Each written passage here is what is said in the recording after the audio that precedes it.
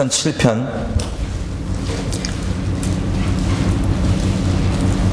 9절에서 17절까지입니다.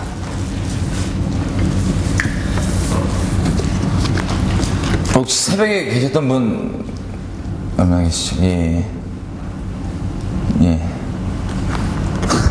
지금 계속 연장선상이라서 혹시 못 오시면 좀 불러고. 자, 시편 7편 9절에서 17절입니다. 자, 피셨나요? 예. 저 혼자 읽겠습니다. 눈으로 따라와 주십시오. 악인의 악을 끊고 의인을 세우소서. 의로우신 하나님이 사람의 심장을 감찰하시나이다. 나의 방패는 마음이 정직한 자를 구원하는 하나님께 있도다. 하나님은 의로우신 재판장이시며 매일 분노하시는 하나님이시로다. 사람이 회개치 아니하면 저가 그 칼을 가르시며 그 활을 이미 당기어 예비하셨도다. 죽일 기계를 또한 예비하시며 그 만든 살은 화전이로다. 악인이 죄악을 해산하며 자네를 잉태하여 괴우를 낳았도다. 저가 웅덩이를 파 만들며 제가 만든 함정에 빠졌도다. 그 자네는 자기 머리로 돌아오고 그 포악은 자기 정수리에 내리리로다. 내가 여호와의 의를 따라 감사하며 지극히 높이신 여호와 이름을 찬양하리로다. 아멘. 자, 기도하겠습니다. 하나님, 그렇습니다. 우리를 이 자리까지 인도해 주시니 너무나 감사합니다. 하나님, 당신께서 우리에게 갖고 계신 놀라운 그 선물을 우리 가운데 열어주시길 부탁드립니다. 하나님의 사랑하는 자를 위해서 예비하신 그것을 우리가 눈으로 볼 수도 없고 귀를 들을 수도 없고 마음으로 깨달을 수도 없다 하셨습니다. 오직 성령으로 그것을 우리 가운데 보인다 하셨사오니 성령께서 우리 가운데 마음껏 운행하시고 역사하셔서 하나님께서 우리에게 주시고자 하시는 그 놀라운 선물이 무엇인지 분명히 지식이 아니라 심령 가운데 새겨주시고 열어주시고 누리게 될 수 있도록 도와주시길 부탁드립니다. 특별히 하나님, 정직한 자에게 한 구원이 임한하셨습니다. 지금 우리가 다른 것 말고 살아계신 하나님 앞에 두렵고 떨림으로 나아가며 정직한 심령을 새롭게 해주시길 부탁드립니다. 주님 앞에 정직한 심령으로 나아가오니 우리 가운데 이루신 놀라운 일들을 마음껏 열어주시고 우리에게 예비하신 것들을 풀어주십시오. 감사합니다. 예수님의 이름으로 기도드렸습니다. 아멘. 예, 오늘 아침에 이제 오신 분들은 잠깐 들으셨겠지만 하나님의 복음, 하나님께서 우리를 위해 이루신 것들이 무엇인지 잠깐 돌아봤습니다. 하나님의 자비와 인자하심, 하나님의 영광 가운데 담겨있는 속성이 모세에게 오늘 아침에 봤던 것처럼 모세가 하나님의 영광을 구했을 때 모세에게 부여했던 것은 하나님의 성품이었습니다. 그 중에 가장 우선되는 것은 하나님은 거룩하신 분이시지만 이분이 노하기를 더디하시고 자비가 넘치셨다는 것입니다. 우리가 요즘에 보면은 참 하나님의 자비가 넘친다는 거는 너무나 잘 알고 있어요. 너무나 잘 알고 있어서 이게 약간 좀 문제가 되는데, 모르는 게 아니라 문제는 하나님이 어떠한 분이심에도 불구하고 자비가 넘치신다는 걸 우리가 망각하기 때문에 하나님 되심을 잊을 때가 많습니다. 우리가 복음 흔히 하냐면요, 제가 여러 교회를 다니면서 주로 이제 복음을 전하고 있는데, 복음하면은 우리 이미지가 많이 틀리더라고요, 사람들마다. 여러분, 복음하면 어떤 생각이 드세요? 복음하면 어떤 생각이 드세요? 처음 드는 느낌이. 복음, 예수 그리스도. 그러면 교회에 오래 계셨던 분들은 솔직히 심정을 여쭤보면 되게 부담스러워 하시더라고요. 복음은 말 그대로 뜻이 뭐냐면 기쁜 소식입니다. 기쁜 소식. 그런데 우리가 단어는 복음이라 쓰고 복음을 힘써야 된다, 복음을 전해야 된다, 복음을 누려야 된다라고 말은 많이 들어와서 아는데, 정말 복음이 우리 가운데 기쁜 소식이 되는지 안 되는지는 좀 우리가 확인해 봐야 될 바입니다. 왜냐하면 우리에게 기쁘지 않으면 남에게도 기쁜 소식이 될 수 없거든요. 우리에게 기쁘지 않는 소식을 누가 남한테 막 기쁘다고 전하겠어요? 그러면 진짜 기쁜 게 아니라 쇼하는 겁니다. 연기하는 겁니다. 복음이 우리 가운데 왜 기쁘게 먼저 다가오지 않느냐면 이것 때문입니다. 하나님께서 죄를 어떻게 보시는지 우리가 분명히 모르고 있기 때문에 복음이 진짜 기쁜 소식으로 안 오는 겁니다. 만약에 우리가 그냥 대충 이렇게 주워들은 교리대로, 지식대로, 그래, 죄 뭐 나쁜 거지, 죄 있으면 큰일 나지, 그래, 나도 죄인이지, 이런 정도의 차원이 아니라 하나님이 죄를 어떻게 바라보시고 죄가 대체 무엇이며 하나님의 거룩하심이 무엇인지 우리가 분명히 깨달으면 예수님이 진짜 복음으로 찾아옵니다. 우리 주변 사람들 복음 전할 때 막 믿어달라고 애걸할 필요 없어요. 자발적으로 정말 예수님께 매달리고, 예수님이 내가 다른 거랑 비교해서 예수님을 전부로 가질까 말까 갈등하지도 않습니다. 예수님만이 전부인 것을 기쁜 소식으로, 마지못해서 가는 게 아니라 정말 기쁜 소식으로 받아들일 수 있습니다. 죄에 대한 얘기를 분명히 좀 넘어갔으면 좋겠습니다. 오늘 이 3일 동안 계속해서 얘기할 거는요, 하나님의 대체 우리에게 뭘 원하시는 그 복음이 뭔지 좀 풀어지기 원하는데, 먼저 알아야 될 것은 죄에 대한 겁니다. 하나님의 성품과. 우리 보신 대로 시편 7편에 보면 하나님께서 마음이 정직한 자를 구원하신다고 되어 있죠. 자, 복음을 얘기하면 흔히 누가복음 2장에 나온 대로입니다. 예수 그리스도 그분 자체가 복음이십니다. 잠깐 좀 우리 다른 걸 좀 틀어볼게요. 요즘에 복음에서 나누면 복음 자체는 너무나 심플하고 명료합니다. 간결합니다.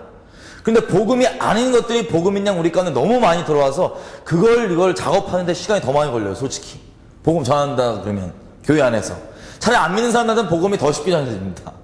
근데 보십시오, 복음에 대해서 좀 정리를 해볼게요. 누가복음 2장에 보면 복음이 예수 그리스도라고 그러시는데, 예수 그리스도 그분이 정말 그분 자체가 우리에게 기쁜 소식이 되느냐 안 되느냐 돌아봐야 되는 겁니다. 흔히 우리가 복음 그러면은, 십자가 복음 그러면은 우리가 연상되는 것들이 뭐가 있죠? 죄사함이 있습니다. 의롭게 되는 게 있습니다. 천국 가는 게 있죠. 뭐 이런 것들을 우리가 흔히 알고 있는 개념들입니다. 자, 이런 것들이 여러분 기쁘세요 안 기쁘세요? 괜찮아요, 솔직히. 우리끼리 뭐 안 믿는 사람 없죠? 우리끼리 모인 거니까. 이런 얘기를 들었을 때 정말 기쁘세요 안 기쁘세요? 기쁘신 분도 있고 안 기쁘신 분도 있을 겁니다. 그런데 보세요, 예수님은 우리에게 정말 주고자 하는 바가 단순히 죄사함이다. 이건 뭔가 약간 모자랍니다. 예수님께서 단순히 우리에게 주고자 하시는 게 의로움이다, 의롭다 칭함 받는 거다, 이것도 좀 모자랍니다. 단순히 천국 가는 거다, 이것도 뭔가 모자랍니다. 이것들은 복음 안에 들어있는 어떤 속성이고 따라오는 결과들이고 선물들이긴 하지만 이게 전부는 아닙니다. 자, 보세요. 아무리 내가 의롭게 칭함을 받았어도요, 예를 들면 이런 겁니다. 제 아내랑 저랑 결혼을 한 사이인데 제 아내한테 잘못을 했어요. 제가 잘못을 했는데 제 아내한테 제가 용서를 받았어요. 제가 죄사함을 받았어요. 죄사함 받은 건 너무 좋은 일이죠. 근데 문제가 있습니다. 죄사함 받는 거에, 죄사함을 받기 위한 목적은 뭐냐면 아내와 관계가 회복되기 위한 게 목적입니다. 아내랑 예전처럼 관계 좋을 때처럼 서로 이렇게 대화하고 나누고 사랑하는 거 있죠. 서로 꺼리낌 없이 대할 수 있는 거. 왜냐하면 저의 목적은 아내이기 때문에. 죄사함 자체는 아내를 얻기 위한 도구일 뿐이에요. 수단, 가는 길이 하나일 뿐이에요. 의롭다함도 마찬가지입니다. 거룩함도 마찬가지고요. 천국도 마찬가지인데, 천국은 좋은 게 다른 게 아닙니다. 주님이 거기 계시기 때문에 좋은 겁니다. 우리가 이제 교회에서 이제 많이 다녀갖고 이제 천국 간다는 얘기 많이 들어서 천국 가는데, 천국은 가는 걸 되게 좋아하시는데 주님을 부담스러워하시는 분들이 되게 많아요. 이게 얼마나 큰 모순이냐면, 이 모태신앙 분들이 이제 예배당 오시면 아주 거의 큰 일을 치르시는 겁니다. 일주일에 지금 큰 일을 치르시는데, 예배가 좀 길어지면 분위기가 이미 쌍막해져요.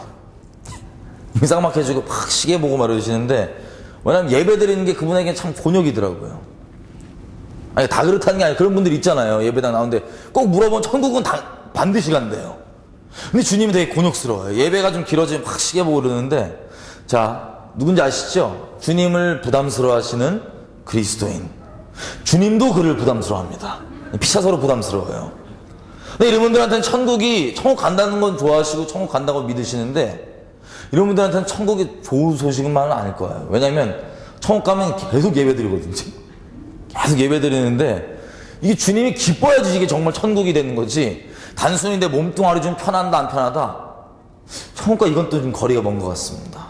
그래서 오늘 우리가 그 와중 가운데, 하나님의 복음 가운데 먼저 걸림이 되는 것, 죄에 대해서 분명히 짚고 넘어가야지만 하나님 자체가 우리에게 기쁜 소식이 될 수 있어서 이걸 좀 들여다보겠습니다. 여기 보시면 11절입니다.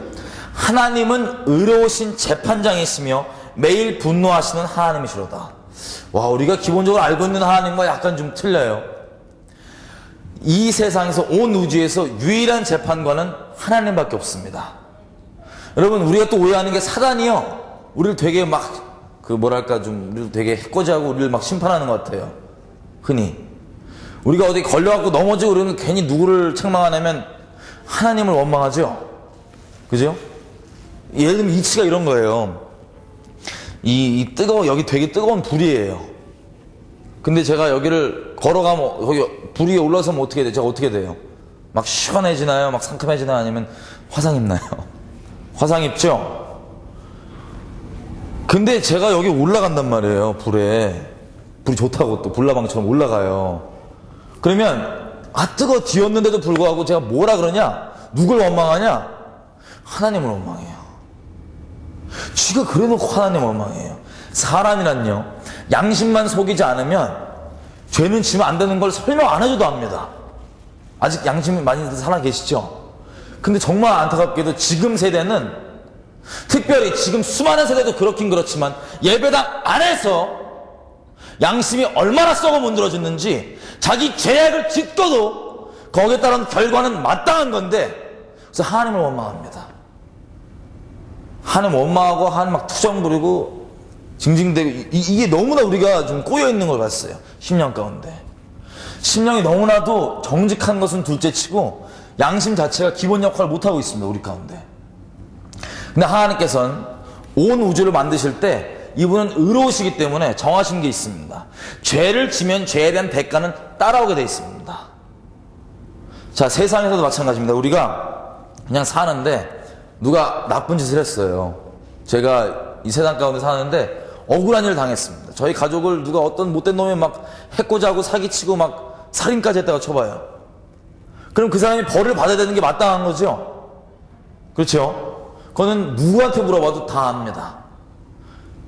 그게 당연해야 되는 건데, 요즘에는 약간 틀려요, 사람들 마음이.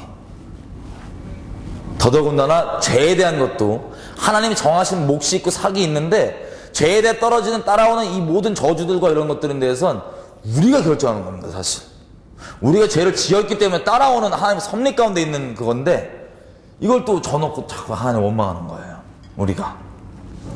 하나님은 죄에 대해서 이렇게 바라보십니다. 보신 대로 분노를 하십니다. 분노를.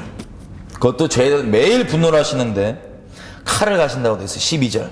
사람이 회개치 않으면 저가 칼을 가르시며 활을 이미 당겨 예비하였도다. 13절. 죽일 기계를 또한 예비하시며 그 만든 살은 화전이로다. 자, 우리 이거 구약이라서 하나님이 막 그렇게 승질 내시고 신약 때는 막 성질 죽으시고 이렇게 생각하시진 않으시죠? 우리 하나님은 과거나 지금이나 앞으로나 동일하신 분이신데, 로마서에도 2장 이렇게 나와 있습니다. 선을 행하는 자에게는 유대인이건 이방인이건 상관없이 누구든 간에 평강이 있고, 악을 행하는 자에겐 뭐죠? 회방이 있다고 되어 있습니다. 그죠? 기억나시죠? 로마서에. 자, 이건 마땅한 겁니다. 하나님께서는 죄를 심판할 수밖에 없는 재판장이신데, 이분께서 죄를, 무엇을 죄로 보이신지를 좀 정리를 해봤으면 좋겠습니다. 우리가. 자, 흔히 우리가, 여러분 죄인이세요? 예. 다들 이렇게 동의하시죠? 예, 동의합니다. 근데 우리가 죄인은 죄인인데, 내 안에 만약에 죄가 발견됐다, 먼저 우리 짚고가 됐겠어요. 만약에 발견됐다 이러면 어떨지 우리가 좀 정말 진지하게 얘기를 해봐야 됩니다. 만약에요, 이 문둥병 이런 거를 우리가 흔히 죄로 보는데, 이 성경에 보면 문둥병은 너무 우리가 요즘 흔치 않으니까 암으로 한번 돌려서 얘기해 보겠습니다. 만약에 우리가 지금 제가 여러 개 여쭤본 대로 죄인이세요라고 물어봤는데, 그렇다고 하는데 아주 이게 부담 없게 우리가 그렇다고 얘기하죠. 근데 만약에 죄가 암세포라고 생각해 보십시오. 죄가, 우리가 이렇게 일상 가운데 살고 있다가 검사를 받았어요. 검사를 딱 받았는데 의사가 하는 말이 뭐냐면 암이신데요 이랬어요, 저희한테. 그럼 저희가 어때요? 그냥 그래 나 죄인이니까 암이 있지 이렇게 넘어갈까요? 아니면 암이 있다 그러면 깜짝 놀랄까요? 보통 우리 믿음이 워낙 세갖고 또 안 좋은 쪽 믿음은 세게 받잖아요. 침노하잖아요. 그래갖고 암이라 그러면, 원래 암 살고 있을 때는 괜찮다가 암이라는 얘기 들으면 바로 이상해지더라고요. 사람들이 막 골로 이렇게 막 죽기 직전 가시고 이러시는데, 자, 이런 식으로 죄라고 하는 것은 암세포보다 더 심하고 더 악독하고 우리 육체를 죽인 데 그치는 게 아니라 우리를 지옥 보내는 끔찍한 병인데, 만약에 우리 가운데 죄가 발견됐다 그러면 이거 끝장입니다. 만약에 죄가 발견됐다 그러면. 하나님의 말씀은 법입니다. 아멘이세요? 법이라고 하는 법은 어느 정도 수준의 법이냐면, 지켜도 되고 안 지켜도 되고 이런 뭐 우리가 세상에서 이렇게 어설프게 보는 그런 법 수준이 아니라 온 우주를 지탱하고 중심돼 있고 만드는 그 법입니다. 모든 걸 초월한 절대 법입니다. 하나님의 말씀은. 근데 이 법을 하나님께서 이렇게 표현하세요. 로마서 8장에 보시면 생명을 살리는 성령의 생명의 법이라고 되어 있습니다. 그것도 이 어떤 법에 대해서 이기는 법이냐면 사망의 법에 대해서, 죄와 사망의 법을 이기는 생명의 법이라고 되어 있습니다. 자, 우리가 지금 조금 더 진단을 해볼 건데요. 만약에 재판장 위에 우리가 섰습니다. 실제 이런 우리 사는 법원 같은 데서 재판장 위에 섰는데 우리가 지금 재판을 받는 거예요. 재판을 받을 때 법을 두고 얘기를 하겠죠. 그렇죠? 이걸 우리가 좀 정리를 해봐야 됩니다. 하나님의 말씀이 정말 진리인 걸 믿으신다면 하나님의 말씀이 그렇다 그럴 때 아유 그러게 아니겠지 이럴 수는 없는 거예요. 왜냐하면 보십시오. 우리가 많은 좀 오해하고 있는 부분이 겁니다. 하나님 말씀을 지식적으로는 고백하기는 진리라 그러고 법이라고 하고 절대적이라 하지만 하나님의 말씀을 그렇게까지 여기지 않는 것 같아요. 왜냐하면 다들 이게 이 진리에 약간 이 희석이 됐는지 철학 정도로 생각하시는 게 많을 것 같습니다. 인생 사는데 도움 좀 되는 정도, 인생 사는데 유익 좀 되는 정도, 있어도 되고 없어도 그만 이렇게 생각합니다. 그래서 재판장 앞에서 변호사들끼리 법을 얘기해야 되잖아요. 검사랑 변호사랑 분명히 서서 법을 두고 얘기한 다음에 우리를 두고 법에 접촉되는 게 있다면 마땅히 처벌을 받아야 됩니다. 우리가 방금 처음부터 얘기했던 거죠. 왜냐하면 죄에 대한 심판에 따라야죠. 당연히 공의가 마땅히 처벌을 받아야 되고, 만약에 법적으로 봤을 때 얘가 무죄하다 그러면 괜히 찝찝한 마음 남김없이 기쁨으로 돌아가야 되는 겁니다. 당당하게. 법이라면 법을 두고 얘기하는 겁니다. 그렇게 중요한 건데, 사람이 살고 죽냐다는 건데 이거를 갑자기 검사랑 변호사가 법 얘기를 하는 게 아니라 철학 얘기를 한다고 생각해 보세요. 모여갖고 뭐 서로 얘기하면서 이것도 좋은 얘기고 저것도 좋은 얘기고 그런 뜻도 있냐? 뭐 이런 식으로 장난하고 있으면 이 판사가 이 말이 돼야 안 돼요. 말이 안 되죠?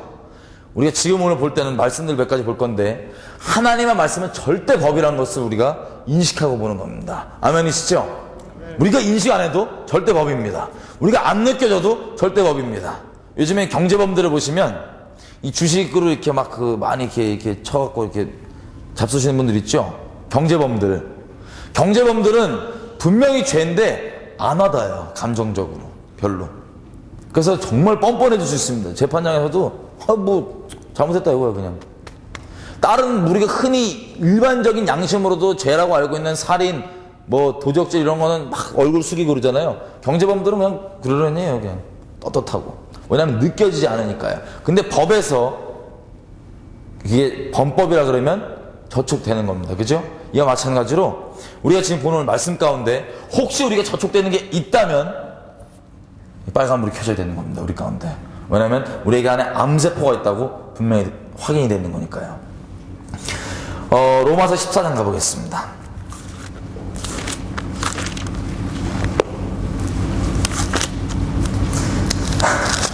서론이 되게 길죠? 왜냐면 우리가 혹시 뭐 여러분도 아는 분이 계시지만 많은 부분 하나님의 말씀을 그냥 이렇게 대충 보는 게 좀 익숙해져 갖고 안타깝게도. 로마서 14장입니다. 로마서 14장 23절 다 피셨나요? 제가 읽겠습니다.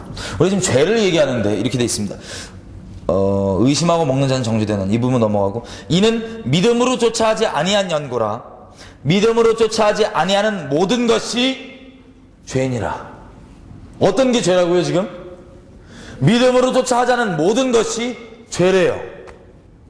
와, 우리가 흔히 죄라고 생각하면은, 여러분 죄가 뭐죠? 그냥 죄라고 생각하면? 죄송해요. 너무 난해한 질문 드려갖고. 자, 그럼 질문 드리겠습니다. 거짓말 죄예요, 아니에요? 죄죠? 살인 죄입니까, 아닙니까? 죄입니다. 자, 주일 교회 안 나오는 거 죄예요, 아니에요? 11조 하는 거 안 하는 거 죄예요, 아니에요? 확인해 봐야 됩니다. 자, 이 말씀 왜 드리냐면요, 우리는 죄를 흔히 그냥 어떤 행동, 우리가 말한 대로 거짓말 했냐, 나쁜 짓 했냐, 이런 행동으로만 보는데, 하나님은 죄를 행동으로 보지 않았어요. 그거보다 더 근본적으로 뭘 보시냐면, 믿음으로 행했냐, 안 했냐가 죄의 척도입니다. 이게 복잡한 얘기일 수 있는데, 오늘 이 얘기를 좀 들었으면 좋겠습니다. 지금 이 시간 가운데. 여러분, 죄는요, 어떻게 할 수 있을까? 사람이 어떤 존재인지 우리가 분명히 이해하면 좀 더 알 수 있습니다. 사람의 존재에 대해서 말씀드려볼게요. 사람은 기본적으로 얼굴이 두 개 있습니다. 아시죠? 예. 뭐 잘 하시는 것 같아요. 표정을 보시니까 밝아지시는데. 혹시 모르시는 분들 위해서 설명을 드리면, 사람이 이게 남에게 보여준 얼굴 있잖아요. 첫 번째 얼굴입니다, 이게. 남에게 보이는 얼굴. 그 사회생활을 할 때 내가 보여준 얼굴 있잖아요. 남한테 막 이렇게 막 내 마음과 내 속마음과 전혀 상관없이 내가 남에게 보여주는 이렇게 막 웃으면서, 직장 상사가 정말 짜증나는 인간 만났다.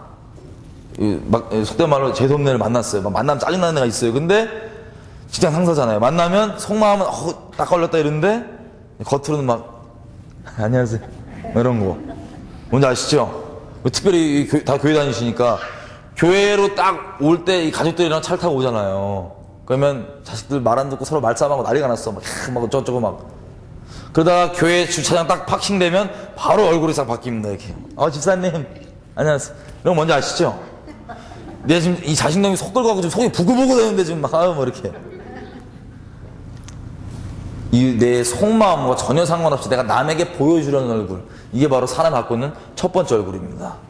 이렇게 그냥 퍼블릭 페이스라고 이렇게 남에게 사회생활 얼굴이니까요. 이게 있고요. 또 다른 얼굴은 뭐가 있냐면 이게 있습니다. 내 안에 있는 새까만 얼굴이 또 하나 있는데, 이건 이제 남들이 알면 좀 큰일 나요. 뭐냐면 생각해 보세요. 이거 뭔지 아시죠? 우리 안에 새까만, 예. 혹시 모르시는 분들을 위해서. 자꾸 이게 뭐, 괜찮아요. 다 있으니까. 없으면 그 사람이 아니에요. 다 있는데, 이 새까만 얼굴이 뭐냐면, 있잖아요. 우리가 착한 일을 한번 하려고 그러면 엄청 힘들어요. 쉽지 않아요. 그죠? 착한 일을 한번 하려고 그러면 막 용을 써, 이렇게 겨우 할 수 있어요. 그럼 겨우 이렇게 해도, 여기서 끝나지 않고 이게 막 내 의가 되고 방패가 되고 막 이러고 사는데, 반대로 나쁜 짓 한다고 생각해보세요. 나쁜 짓. 이게 어려워요, 쉬워요? 예, 죄송합니다. 피차. 눈빛으로만 저 답을 주세요. 저만 보고 있으니까. 이게 얼마나 쉽냐면, 이 말이 막 달리고 싶어 안 달라는 데가 있어요. 얘를 묶어놨잖아요? 근데 잠깐 고삐만 풀면 막 쏜살같이 달려가듯이, 나쁜 짓 하고 싶으면 고삐를 잠깐 놔버리면 그냥 나와요. 뭐 용 쓸 필요가 없어요, 우리 사람이. 애기들도 보세요. 애기들도 누가 안 가르치셔도 막 죄를 져요. 뭔지 아시죠? 항상 예를 드는 건데, 이런 게 저도 제가 가해자라고 알아요. 이제 제 동생이 태어났는데, 누가 저한테 때리라고 안 가르치셨거든요. 저희 엄마 아빠가 얘가 또 어리니까 막 이 사랑이 쏠리잖아요. 누가 안 가르쳤어요, 아무도. 근데 이게 열받았나 봐요. 저희 어머니한테 들은 거예요, 저도. 인정하기 싫어요. 근데 혐의가 있어요. 안 볼 때 팍 때려고 운대요, 막. 그럼 쫓아오면은 제가 막 시침이 떼고 막. 이런 거 뭔지 아시죠? 누가 안 가르쳐도. 사람이 진짜 웃긴 게, 이 안에 이 새까만 얼굴, 막 달리고 싶어 하는 어둠으로 달리고 싶어 하는 얘가 평상시에 하는 생각, 이런 거 막, 뭔지 아시죠? 주로 이제 자매님들이 많으시니까, 자매님들은 또 외모에 또 이게 또 있으시더라고요. 외모에. 친구들 두 분이서 이게 갔는데, 어떤 남자애가 이제, 나 말고 얘만 이렇게 칭찬했다, 미모를. 그러면 이제, 겉으로는, 그래, 이쁘다, 이렇게 하는데, 속으로는 막, 이거 뭔지 아시죠? 막. 난 원치 않지만 그냥 속에서 그냥, 자동적으로. 그런 게 이제 주로 자매님들 적용되지만, 이제 이 남자분들도 마찬가지고요. 한마디로 우리 안에 새까만 얼굴은 내가 노력하고 의지적으로 시도하지 않아도 자동적으로 지가 하는 생각이 있고 지가 하는 말들이 있어요. 막 지가 쓰는 시나리오가 있고. 이거 만약에 우리가 공개했다, 공개적으로. 그럼 얼굴 들고 살 수 있을까요, 없을까요? 없죠. 아직도 조명 안 되신 분 있는 것 같아서 눈빛을 피하는 건지 조명 안 되는 건지 모르겠는데, 다시 말씀드리면 이 얼굴은 언제 주로 등장하냐면 얘가 기회가 있을 때마다 등장할 수 있어요. 얘는 사람은요 연기 수업 따로 안 받아도 됩니다. 아주 연기력이 출중해요. 어렸을 때부터 연기를 스스로 배워와요. 막 이 속마음을 숨겨야 되니까. 그래갖고 얘가 이 겉으로는 이렇게 안녕하세요 이러다가 사람 시선 없다, 사람 시선 아무것도 없다, 예를 들어서 찬스가 생겼다, 아무도 안 쳐다본다, 혼자 있다, 이름이 새까만 얼굴이 싹 나옵니다. 얘가 싹 나오고 막 그러다가 또 이제 사람 혼자 있을 땐 주로 잘 나오고 사람이 있을 때도 나올 때가 있어요. 언제 나오냐면 내가 이 사람들 앞에서 내 새까만 얼굴을 민낯으로 그대로 공개해도 괜찮다, 손해볼 거 없다, 체면상 뭐 걸릴 거 없다, 뭐 이 금전적으로 손해볼 거 없다, 이럴 때 싹 나오는 이 새까만 얼굴이 뭔지 아시죠? 대답 안 한다고 없는 거 아니죠, 그죠? 요 새까만 존재. 사람은요, 놀랍게도 우리의 실체는 남에게 대외적으로 보여주는 얼굴이 우리의 실제 모습이 아니에요. 우리는 우리 안에 새까만 얼굴, 기회만 되고 찬스만 주어지면 나와서 여기 샤방 등장하는 얘 있죠, 새까만에. 얘가 우리의 실제 얼굴입니다. 실제 모습입니다. 남에게 보여준 얼굴은요, 적나라하게 우리끼리 있으니까 적나라하게 말씀드리는 거예요. 내 본 모습이 아니라 이 새까만 얼굴 대놓고 남한테 못 보여주니까 내가 만들어낸 가면이에요. 가식적 이미지예요. 그럼 이 새까마는 게 바로 우리 본체인데, 이 본체의 성질을 좀 더 규정을 해볼게요. 좀 더. 여러분, 얘가 어떤 존재냐면요, 참 놀라운 애입니다. 이걸 바로 우리가 죄라 그러거든요. 죄라고 하는 것은 저도 약간 오해했던 게 있어요. 우리 아까 얘기한 대로 어떤 행동 있죠? 이거 하면 나쁜 거, 이거 죄, 이거 물론 죄 맞겠지만 흔히 거짓말, 이렇게 도적질, 음란 이런 것도 죄 맞습니다. 근데 죄의 근본은 아니에요. 죄의 근본은 바로 우리 자체가 근본입니다. 우리 존재가 그냥 죄예요. 그래서 우리는 죄라고 하는 어떤 행동을 한 경험이 있기 때문에 죄인이 된 게 아니라 이 존재가 죄인이에요, 그냥. 그래서 찬스만 생기면 죄를 짓습니다. 그래서 아무리 내가 행동으로 안 하겠다고 하게 다짐을 하고 난리쳐도 내 중심이, 이 새까만 얼굴이 해결되지 않는 이상은 우리는 여전히 죄를 사모하고 죄를 사랑하고 죄를 추구하는 그런 죄인입니다. 지옥 갈 수밖에 없는 죄인인 거예요. 이 얼굴을 아직 우리가 하나님께 처리받지 않았다, 그러면 우리는 지옥행입니다. 예수 그리스도가 오신 건요, 이 우리의 존재를, 이 새까만 존재를 이것 때문에 오신 겁니다. 이걸 대속하시려고 오신 겁니다. 이 죄라고 하는 것 속성을 좀 더 자세히 살펴보면 이겁니다. 하나님을 마음에 두기 싫어하는 게 바로 죄입니다. 하나님은 진리이시죠? 하나님은 말씀이시죠? 이런 거예요. 거룩이라고 하는 것은 거룩함이 없으면 하나님을 볼 수가 없습니다. 누구도. 보고 말하는 거룩함이 포함되어 있습니다. 하나님 관계 회복에 있는 이 거룩도 포함되어 있는데, 사람은 죄송한 얘기지만 거룩해질 수 없어요.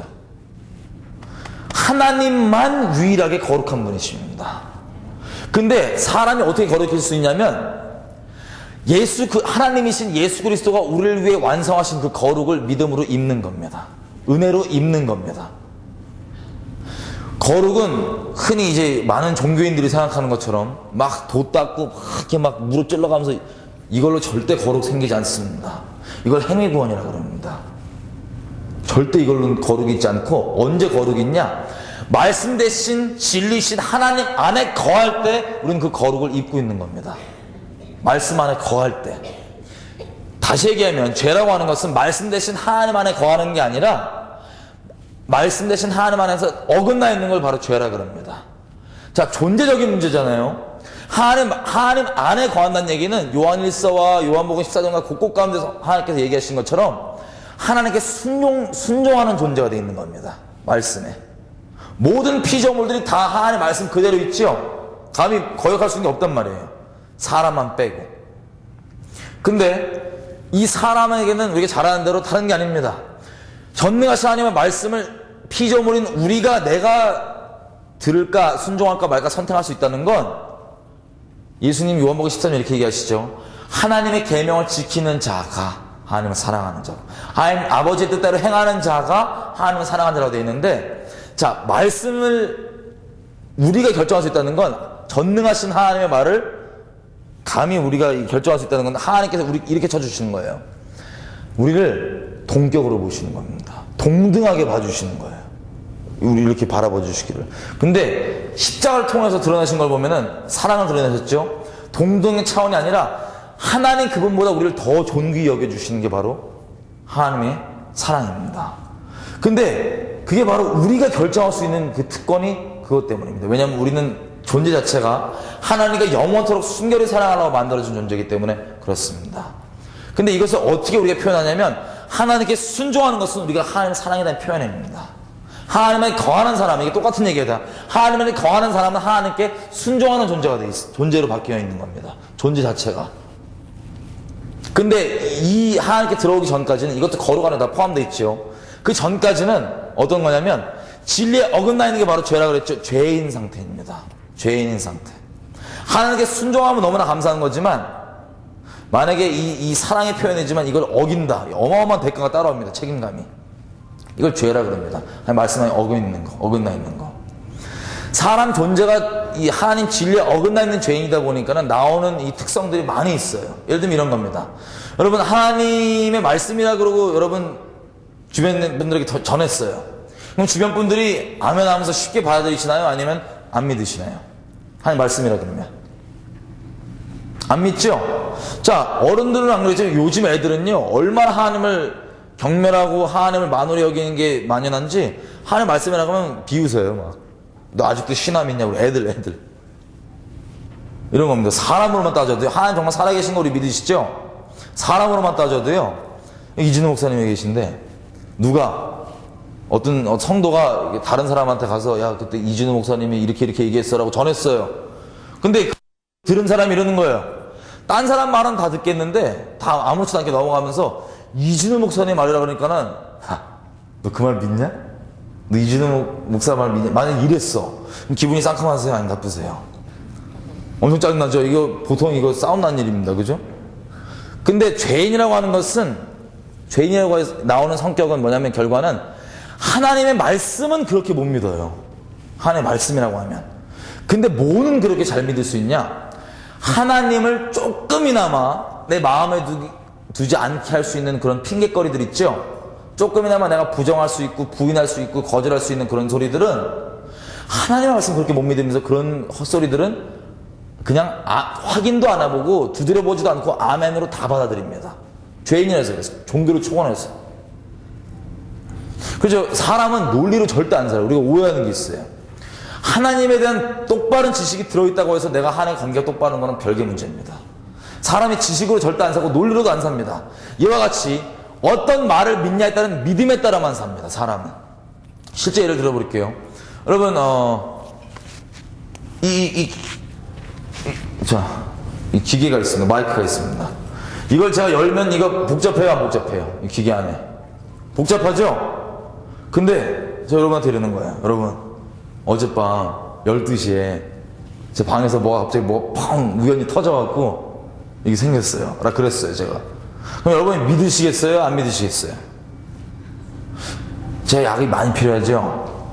약이 많이 필요해요 제가. 만약에 그렇게 얘기한다면 이게 공개적 자리에서 이렇게 제가 발언을 했는데 여러분들이 제가 약이 필요하다 이렇게 생각하지 않고 약을 갖다 주지 않고 이걸 듣고도 막 똑똑하다고 막 이래요 막 여러분들이. 그럼 저희가 집단적으로 약이 필요합니다. 그죠? 또 이어서 제가 나사 요만한 거 하나 들고 와요. 나사를 철대기를. 그래갖고 여러분한테 보여준 다음에 여러분 이걸 제가 한 200년 동안 냅뒀더니요 시간이 오래돼갖고 막 사계절이 바뀌고 그래갖고 점점 지가 이렇게 철이 이렇게 발전했어요. 지가 진화했어 이랬어요. 이걸 제가 공개적으로 말하면 이거 믿겠어요? 안 믿겠어요? 여러분 제가 약이 많이 필요하죠? 상태가 많이 안 좋죠? 근데 이런 얘기를 했는데 핑계를 댄 거예요. 야 기후가 이렇고 저렇고 막 핑계댔더니 여러분들이 이걸 듣고 와 똑똑하다 막 이래요. 집단적으로 약이 많이 필요합니다. 이 약은 잘 아시는 대로 예수 그리스도입니다. 지금 예를 드린 건요 흔히 과학이라고 하는 빅뱅설 진화론을 말씀드린 겁니다. 그거에 따른 지식들 엄청 파고 막 난리가 나요. 그죠? 근데 죄송한 얘기지만 전부 다 쓸데없는 얘기입니다. 예를 들면 이런 거예요. 생명의 강이 중간에 크게 흘러서 이거 마시면 되는데 이 강 바로 옆에 두고 바로 1m 옆에서 지 혼자 우물을 주창 파요.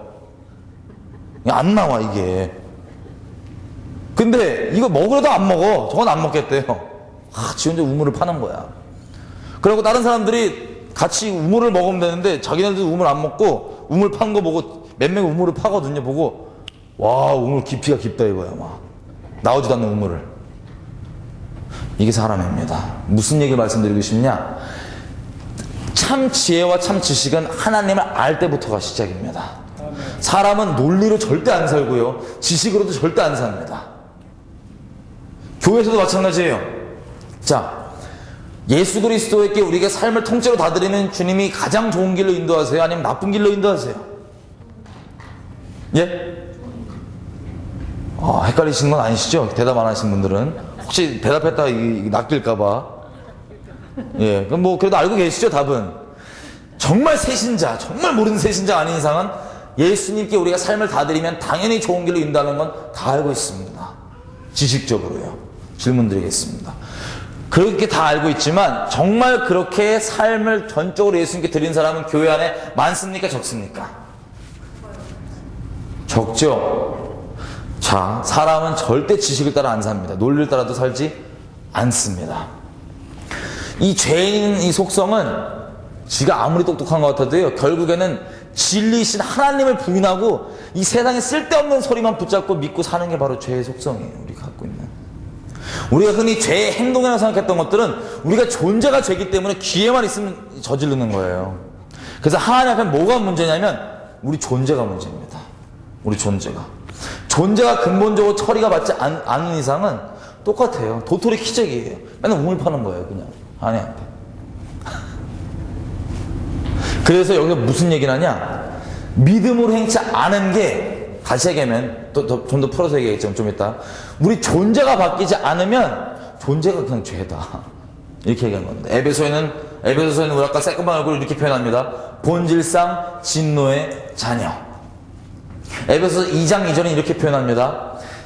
예수님 믿기 전까지는 사람이 세상 풍속을 쫓고, 쉽게 얘기하면 세상 유행 따라 살고, 공중의 권세 잡은 자, 귀신들 있죠, 악한 영들, 얘네 따라 산다고 돼 있어요. 다시 얘기하면 진리는 하나님이시죠. 성령께서는 진리의 영이시죠. 살아있는 말씀 그 자체이시죠. 영적으로 보자면 성령의 인도하심을 받는 게 아니라, 주 안에 속해 있는 게 아니라 세상의 영들에 속해서 진리가 아닌 거짓말, 이 거짓의 아비 사단, 이가 풀어놓은 이런 세상의 거짓말들, 하나님을 부인할 수 있는 이런 소리들만 붙들고 믿고 산다는 게 바로 우리입니다. 여러분, 우울증에 지금 대한민국 대부분 우울증들의 원인이 뭔지 아세요? 우울증 고침받아야 될 게 절대 아니에요. 우울증은 다 회개거리들이에요. 왜 회개거리인지 아세요? 이런 겁니다. 여러분, 제가 지금 잠깐 여러분 스스로 평가해보라고 제가 부탁을 드리면, 시간이 많지 않으니까 제가 스스로 얘기를 할게요. 평가를 해보라고 부탁을 드리면 나오는 게 거의 비슷하더라고요. 장단점을 스스로 평가해보세요. 10초 드릴게요. 그러면 쫙 평가했고, 주로 자매들은 뭐 나온지 아세요? 꼬맹이들은 어린 건 똑같아. 자매들은 자기 쌍꺼풀이 있네 없네, 자기가 쌍꺼풀 요것만 있으면 좀 더 내가 좀 이쁠 수 있는데, 몸무게 한 5kg만 좀 빠지면 난 잘 나가는데, 뭐 광대뼈 튀어나왔네, 뭐 이런 거 전부 다 이런 거예요. 다 한 애들 또 더 해야 된다, 뭐 이런 거야. 다 주로 요것만 있으면 잘 된다. 자기 장단점을 볼 때 자기 스스로를. 그래갖고 이게 어느 정도 수준이냐면요, 지금 한국에 우울증 걸려요. 자기가 쌍꺼풀 했는데도 약간 덜 됐다 그러면 캥겨갖고 눈 똑바로 못 뜨고 말고. 예를 들자면, 그래서 물어보면 자기는 요것만 좀 잘 되면 자기는 떳떳하고 좋대요, 이쁜데요, 막 잘 나갈 수 있대요. 그 일반 사람도 마찬가지죠. 지금 자매들 예를 들었지만, 어르신들도 뭐 자기 집안이 잘 나가냐 못 나가냐, 내가 고졸이냐 뭐냐, 대학도 어디 나왔냐, 이런 것들이 막 다른 사람에게서 자기가 우월감도 느끼기도 하고 열등감도 느끼고 하는 그런 기준들이에요. 자기 스스로를 바라보는 기준들이. 자, 이 기준들이 다 어디서 왔냐면요, 세상에서 온 겁니다. 세상에서. 하나님께로 온 게 아니라요, 세상에 만들어낸 기준 있죠. 보고 듣는 이것들 가지고 다 그 사람들의 기준이 돼갖고, 그거의 틀에 따라서 내가 나를 보는 세상 기준 있죠. 아까 장단점, 그걸로 내가 세상 기준상 나보다 좀 못난 사람을 만나면 어떤 마음 드는 줄 아세요? 속으로 엄청 우월감 느껴요. 자매끼리서 내가 보기에 좀 못생긴 자매가 왔다, 쌍꺼풀 막 없고 그러면 겉으로는 아유 말해서 속으로는 엄청 우월감 느껴요. 막 교만이 높아지고 막. 죄송해요, 너무 이렇게 유치한 예인가요? 그리고 반대로 내 그 기준상 나보다 정말 그 세상 기준상 잘난 사람 만나면 어떻게 되는 줄 아세요? 엄청 쫄아요. 열등감 느끼고 막 속으로 막 열등감 느끼고 막 쫄아요. 막 이렇게 주눅 들고 막 티 안 나려고 해도 티 다 나요. 사람 존재가. 이게 심해지면 어떻게 되는지 아세요? 자기가 갖고 있는 세상 기준상 좀 더 심해지면 그 우울증 걸리는 거예요. 우울증은 자기가 갖고 있는 세상 기준상 충족이 안 됐기 때문에 나오는 게 지금 대한민국 대부분입니다. 그래서 그 근본의 이 잣대인 하나님의 관점으로 바꾸면 이게 우울증은 그냥 해결되는 거예요. 치료받을 게 아니라 회개해야 되는 거예요. 다시 우리가 얘기하고 있는 이 존재가 바뀌면 해결되는 겁니다. 그래서 이 존재는 정말 바뀐다면 하나님이 주인된 이 존재로 바뀐다는 건데, 하나님한테 거하는 거니까 이 사람은 더 이상 환경에 휘둘리지 않습니다. 환경에 휘둘리는 게 아니라 환경을 지배합니다. 어디 있던 주님의 주는 평강과 기쁨 때문에 거기 기쁨이 넘쳐요. 평강이 넘쳐요. 그 사람이 통로가 돼요. 왜냐면 다른 거 아무 상관없이 주님 안에만 거하는 존재이기 때문에 그런 겁니다. 이 존재가 바뀐다고 하는 것은. 자, 이 죄를 좀 더 정리해보면요, 이 죄인된 우리 모습이 이 진리를 거절하는 거죠. 진리 빼고 다른 거 다 믿는 거죠. 이게 어떤 속성과 똑같냐면 이건 지옥 가야 될 모습인데 이것과 똑같습니다. 사탄 있죠? 이 죄인된 사람의 얼굴의 주인은, 영적 주인은 사탄입니다. 왜냐면요, 본인이 사탄을 아무리 인정 안 하고 그런 존재 없다고 생각해도요, 만약에 그러면 사탄 더 좋아해요. 뭐가 똑같냐면 열매가 똑같습니다. 사탄이랑. 사탄 이름 단어 뜻이 뭐죠? 하나님을 대적한 자란 소리입니다. 자, 우리가 진리이고 말씀이신 하나님 빼놓고는 전부 다 믿죠? 다시 얘기하면 사탄과 똑같은 성격이라는 소리예요. 죄라는 건. 그래서 지옥 가는 겁니다. 사탄과 공동명되는 거예요. 이해되세요? 뭐든지? 그래서 오늘 나눌 때 우리 존재가 아무리 예배당 나오고 내가 직분이 있고 섬김이 있고 몇 대째 모태신앙일지라도 존재가 안 바뀌었으면 여전히 사탄이 우리 주인입니다. 만약에 예배당에 나와서 그렇게 열심히 있고 직분까지 있는데 이 존재가 바뀐 적이 없잖아요? 그러면 사탄이 여전히 주인이니까 그 사람은 사탄이 쓸 수 있는 가장 큰 도구 중에 하나예요. 교회 깨버리고 분열시키고 뭐 없애버리고, 예를 들면 사탄. 그래서 하나님이 남들이 볼 때는 그래도 신앙생활 잘해 보일 수 있잖아요. 하나님이 보신 것과는 전혀 틀립니다. 이렇게도 틀릴 수 있어요. 예를 들면 하나님이 이 존재가 바뀐다는 건 방향이 바뀐다는 겁니다. 죄를 또 다른 말로 설명하자면 하나님을 마음에 두기 싫어하니까 하나님을 등지고 어떻게든 세상을 추구하고 죄를 추구하는 게 바로 죄입니다. 죄의 이 속성이에요. 방향이 그렇다는 거예요. 추구하는 바가 모든 걸 동원해서 결국엔 목적이 세상 추구하고 싶고 죄를 추구하고 싶은 거, 이게 바로 죄성입니다. 그러면 하나님이 이 사람에게 기쁨이 되겠어요? 아니면 방해가 되겠어요? 방해예요. 왜냐면 이 사람 목적은 어떻게든 세상이고 죄를 더 추구하고 싶은데 하나님 자꾸 걸리적거리는 거예요. 그래서 하나님이 절대 이 사람을 자유케 하지 못하고 진리가 이 사람을 억압합니다. 아주 힘들어합니다. 근데 반대로 회개라고 하는 것은 아까 말씀드린 이 존재를 바꾸는 건데, 근본적으로 이 존재를 바꾸지 않고 내가 이 행동 몇 개 안 하겠다는, 죄송한 얘기지만 아무리 울고불고 했어도 하나님 앞에는 가증한 쇼입니다. 존재를 바꾼다는 건 정말 내 인생의 목적을 확 바꾸는 거예요.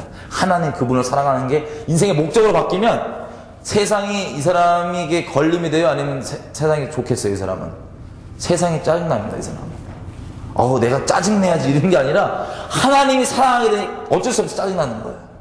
저 걸림이 되니까 하나님 나가는 게, 이 세상이. 이 존재 바뀜, 이게 우리에게 지금 필요한 겁니다. 근데 이 방향을 바꾸는 거죠. 지금 보면 방향을 바꾸는 건데, 하나님 보시기에는 틀릴 수 있는 게 이런 게 있어요. 우리가 외모만 봤을 땐, 종교적으로만 봤을 땐 어떤, 예를 들어서 두 명의 자매가 있다고 칩시다. A가 있고 B가 있어요. A라고 B는 자매는 있는데, A란 자매는 우리가 이 기독교적인 관점으로 봤을 때 전혀 문제가 없어요. 되게 신실해요. 되게 뭐 예배도 꼬박꼬박 잘 나오고 뭐 봉사도 하고 되게 신실해. 큐티도 맨날 하고 그래요. 되게 신실해 보여요, 우리 눈에. 근데 B란 자매는 되게 세속적으로 보여요, 우리 눈에. 막 옷도 막 짧은 거 입고 다니고 막 아직 덜 됐어, 애가. 우리가 볼 때. 하나님의 관점 전혀 틀릴 수 있는 게 보세요. 우리 당장 눈에 볼 때는 그렇게 A가 좀 더 하나님께 가까워 보이고 B는 멀어 보일지 몰라도, 만약에 A가 전혀 하나님께 방향을 바꾸지 않고도 충분히 종교짓 다 할 수 있거든요. 이 죄인 처리 안 바꾸도 종교짓을 떼우려고 하는 게 기본적으로 우리 삶의 죄성인데, 더욱 이 깊은, 그렇게 할 수 있어요. 근데 A가 아무리 신앙적인 이런 종교적인 행위가 있고 다 있다 할지라도 방향을 하나님께로 바꾸지 않았다, 이 존재를 해결받지 않았다, 그러면 하나님과 상관없습니다. 우리 눈에는 더 가까워 보이지만 하나님과는 상관이 없어요. 근데 B라고 하는 자매는 우리 눈에 볼 때는 아무리 좀 세속적으로 보이고 이렇게 보일지라도 겉으로 볼 때 방향을 정말 바꾼 자매라면 하나님과 상관이 있습니다. 점점 하나님이 자매를 거룩하게 만들 겁니다. 이미 방향 때문에 이분은 거룩하고요. 중간에부터 점점점 거룩해질 겁니다. 이게 하나님과 우리가 보는 관점의 차이예요. 그래서 다시 이걸 풀어서 얘기하면 이런 겁니다. 하나님에게 우리에게 원하시는 건요, 이거 해라 저거 해라 어떤 종교 행위를 많이 해라 이게 절대 아닙니다. 존재를 바꾸라 합니다. 이 존재를 바꾸는 거에 대해서는 어떤 대가가 필요하냐? 큰 대가가 필요합니다. 우리에게 존재를 정말 이게 회개거든. 존재를 바꾸는 게, 방향을 유턴하는 게, 이거에 대한 큰 대가가 필요합니다. 이 대가를 결심하지 않고는 회개가 불가능합니다. 우리 가운데. 자, 이런 틀로 봤을 때 A 같은 자매 있죠. 종교 행위가 많지만 하나님과 상관없는 자매들, 좀 더 성경적으로 예를 들어 보겠습니다. 열왕기 하 보겠습니다. 10장. 열왕기 하 10장.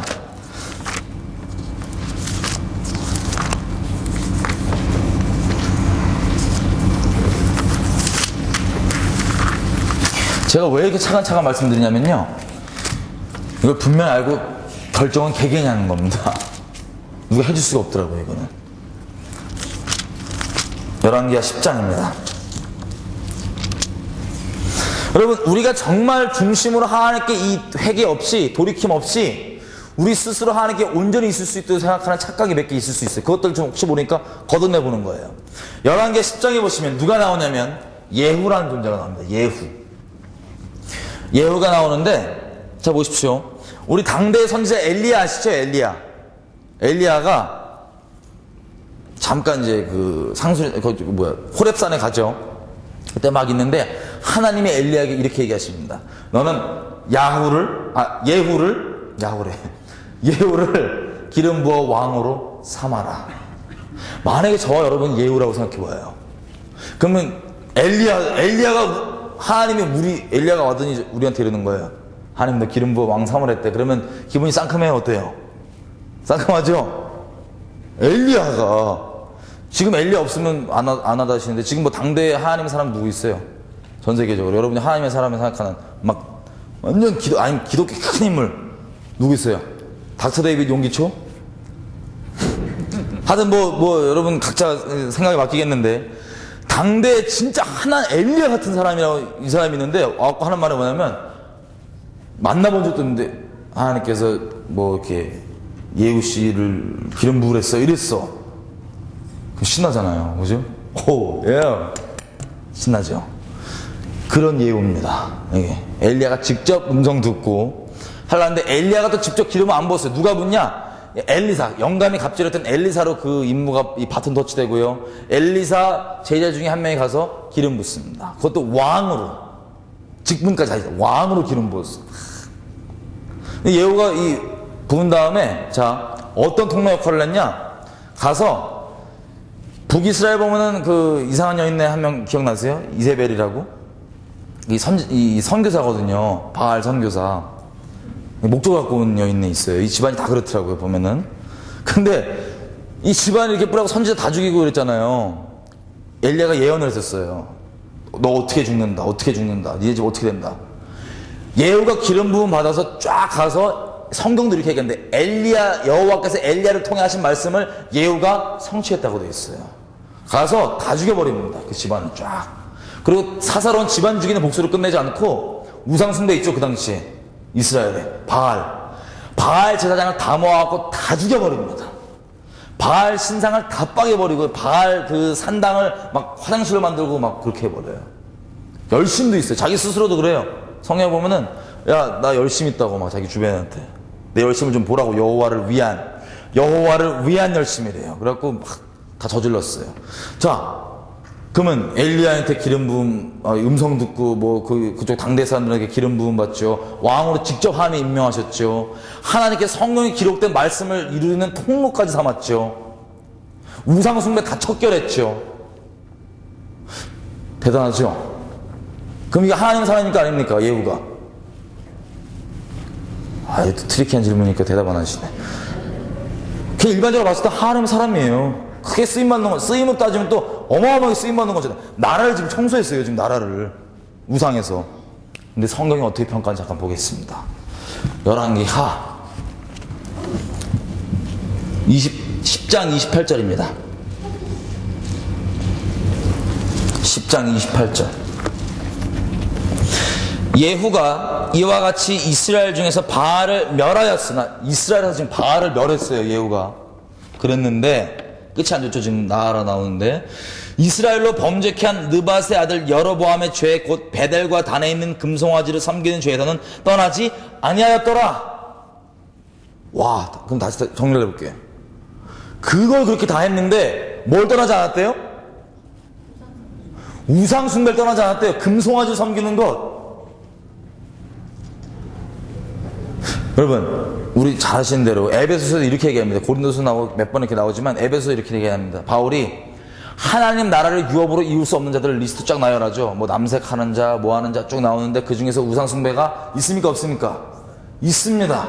그리고 이렇게까지 얘기해요. 바울이 에베소서에는. 이런 걸 네가 하는데도 만약에 누가 니네한테 천국 간다 얘기하면 절대 속지 마라. 니네 큰일 나는 거다. 이렇게까지 얘기해요. 에베소서에. 근데 그 우상 숭배를 지금 했대요. 떠나지 않았대. 성경이 예후의 인생을 기록하는데 우상 숭배를 떠나지 않았다고 돼 있어요. 그럼 우리 천국 가면 예후 형 얼굴 볼 수 있을까요? 없을까요? 없습니다. 없어요. 이게 좀 쇼킹하지 않으세요? 우리가 지금 보는 종교적 기준으로 보면은 당연히 봐야 되고 그렇게 크게 쓰임받는 사람인데 천국에 못 봐요. 여러분, 우리가 하나님과 관계에 있어서 이 중심을 다한 회개 없이도 어떤 일이 있을 수 있냐? 이런 일들이 있을 수 있습니다. 은사들이 나올 수 있어요. 우리에게서 은사들이 막 나올 수 있어요. 가론 유다 기억나시죠? 유다 형이요, 아주 은사가 셌습니다. 이 유다만 특별하게 나오진 않지만 하나님께 제자들을 보내실 때, 파송하실 때 기억나시죠? 전도하라고 어떤 권능을 주셨냐면 권세가 있었어요. 귀신 쫓고 병 고치고 뭐 죽은 자 살리는 이런 권세를 주셨어요. 그래서 실제 그렇게 했습니다. 제자들이. 그죠? 그래갖고 막 지네끼 신나갖고 막 예수님께 왔잖아요. 여러분, 우리가 이 신앙생활 하는데 기도했더니 죽은 자 살아났어. 할렐루야 아니에요? 할렐루야죠? 병이 암 기어있는데 우리는 뭐 얼떨결에 기도했더니 막 낫대, 막 없어졌대. 할렐루야죠? 근데 보세요. 이거 제가 한 일이에요? 아니면 하나님이 하신 일이에요? 제가 어디 가서 복음을 전했고 말씀 전했는데 막 사람들이 회개하고 뒤집어졌어요. 막 영상 얻었대요. 제가 한 일이에요? 말씀 대신 그분이 하신 일이에요? 말씀 대신 하나님이 하신 일이에요? 하나님이 하신 일이죠? 하나님은 전능하셔서 누구든 통로 삼아서 하나님의 일을 하실 수 있습니다. 만약에 하나님께 나를 통하여서 우리가 할 수 없는, 사람이 할 수 없는 놀라운 일을 행하셨으면 그 사람이 잘났냐 못났냐는 전혀 상관없이 하나님께서 하나님의 일을 그분께서 하신 겁니다. 이 베드로랑 요한 보세요. 이 미문 지나가다가 보니까 이 구걸하는 형이 있어갖고 뭐 했어요? 손잡고 일어나라 그랬더니 일어났죠? 평생 안진뱅이 했던 형이 일어나고 막 뛰어다닌대요. 막 사람들이 막 난리 났어. 막 오 막 다 모였어요. 지금 막 성전이 성전, 예루살렘 성전이었고, 이게 뭐냐 그랬더니 다 주목하는 게 뭐냐면 베드로랑 요한이 거룩하냐 안 거룩하냐, 잘났냐 안 잘났냐, 능력 있냐 없냐, 이게 포커스였어요. 이게. 그랬더니 베드로가 뭐라 그러죠? 우리가 무슨 경건해서 이런 자로 생각하지 말라. 너희가 십자가에 못 박으신 나사렛 예수가 이를 일으키신 것이라. 이 추처가 분명합니다. 이방 세계에서도 마찬가지예요. 바울과 바나바가 가갖고 이게 막 표적이 일어났죠? 그랬더니 어떻게 됩니까? 사람들이 와, 제우스다, 야 쟤 헤르메스다 이래갖고 막 우상 숭배하려니까 어떻게 돼? 옷을 찢어버려요. 그냥 이 짓 그만하라고 우리가 복음 전하는데, 자, 우리를 통해 만약에 놀라운 일을 하시면 하나님께서 하시는 겁니다. 우리가 우리를 쓰임 받았다 안 받았다 때문에 우리가 하나님께 온전히 있냐 없냐는 별개 문제입니다. 전혀. 그래서 하나님 날 통해서 무슨 일을 하신다 해서 내가 높아질 수도 없고, 날 통해서 내가 보기엔 별일 안 하신 것 같아도 내가 주눅 들 수도 없습니다. 왜냐하면 하나님께서 알아서 하시는 거니까. 자, 예후가 천국에 없습니다. 가론 유다도 그렇게 예수님 바로 옆에 있었고 친밀했고 대화를 나눴고 예수님의 기적을 다 봤고 실제 그 기적이 통로가 됐었지만 천국에 볼 수 있습니까? 없습니까? 없습니다. 우리가 기도 응답 좀 받고 성령 체험 좀 있고 하는 것도 내가 정말 중심으로 이 존재를 처리받지 않았다면 하나님과 상관없을 수 있습니다. 아니, 상관없습니다. 만약 처리 안 받았다면 아무것도 보장이 안 됩니다. 또 나아가서요, 제가 이제 이런 얘기를 하면 어떤 분들이 이러더라고요. 야, 그러면 네 기준 들어보면 다 구원 안 받았게? 예. 다 숫자가 문제가 아니라 하나님의 기준이셔서 그렇습니다. 이 옛날에 이스라엘 백성도 기억나시죠? 우리가 기도 좀 해서 응답 좀 받고 하나님 일하시는 거 대충 보고 안다 할지라도 그거랑 하나님께 회개한 거랑 별개일 수가 있어요. 이스라엘 백성은요, 기적 한가운데 살았잖아요. 만나, 메추라기, 구름 기둥, 불 기둥. 근데 신명이 이렇게 나와 있습니다. 악독한, 믿지 않는 악독한 마음 때문에 그들이 하나님께 버림받았다고 했습니다. 우리 예표적으로 구원 받았다 안 받았다도 그들 얘기하잖아요. 그죠? 구원 안 받은 거예요. 몇백만 명이, 한 200~300만 명 되겠죠? 내가 기적을 체험해보고 병치유를 받았고 이런 것도 또 별개입니다. 한 체험해본 것과는 중심 돌이키는 것. 몸뚱아리가 아무리 예배당 나와서 예를 들면 모세가 목회자잖아요. 교회에 막 다짜고짜 치고받고 싸우고 대충 뭐 섬길 거 섬기면 어떻게 되겠지? 절대 안 됩니다. 이스라엘 백성들이 그랬어요. 물 위에 묻혀있다 보니까 이렇게 다 이러니까 나기도 이러면 되는 줄 알았어요. 그냥 묻혀있으니까. 절대 안 됩니다. 그 몇백만 명 중에서 예표적으로 몇 명, 누가 약속의 땅에 들어갔죠? 갈렙과 여호수아입니다. 몇백만 명 중에. 근데 둘의 공통점은 뭐냐면 믿음이 있었습니다. 우리가 아까 말했던 그 믿음 있죠? 믿음이 있었습니다. 그리고 또 우리가 무슨 뭐 특이한 영적 체험을 해갖고 천국에 왔다 갔다 하고 막 그 뭐 입신하고 난리를 쳐도 그것과 별개일 수 있습니다. 막 환상을 보고 뭐 예언을 하고 난리를 쳐도 그것과 별개일 수 있어요. 전혀. 출애굽기에 보면 이런 사람들이 나옵니다. 브살렐과 오홀리압이라고 하는 두 사람이 나오는데 이 사람이 어떤 사람이었냐면 출애굽기에 보면 이제 성막을 이 땅에 만드시죠. 하나님께서. 성막은 3층 천에 있는 하나님의 보좌를 이 땅 가운데 그래도 나름 옮겨 놓은 거예요. 근데 거기 보면은 지혜와 계시의 영신, 그건 계시가 지혜와 이해의 정신 같은 얘기입니다. 지혜와 이해의 정신을 그들에게 부었다고 되어 있어요. 무슨 얘기냐? 3층 천에 있는 이 하나님 보좌를 성막으로 이 땅에 옮기는데 이 땅에 옮기는 지혜를 주는데 이거에 대한 이해가 있었다는 소리입니다. 지식적인 이해든 아니면 실제로 왔다 갔다 했던 간에 보좌에 대한 이해가 있던 사람인데 예표적으로 들어갔습니까? 못 들어갔습니까? 약속의 땅에 못 들어갔습니다. 아무것도 보장이 안 돼요. 더 비참하게 이 마태복음 이렇게 나와 있습니다. 주님 그 심판대 앞에서는요, 주여 주여 하는 이 두 번씩 부르면 큰일 나요. 주여 주여. 꼭 부르려면 3번 부르세요. 3번 부르시던가. 주여 주여 이 세트로 부르시는 분들이 주로 어떻게 등장하냐면 주님과 상관이 없다 그랬어요. 내가 널 도무지 알지 못한다. 근데 너무 황당한 게 이 사람들은 잘 쓰임 받았어요. 자기 딴에는 큰 사역했고요. 막 표적이 나왔고 기적이 나왔어요.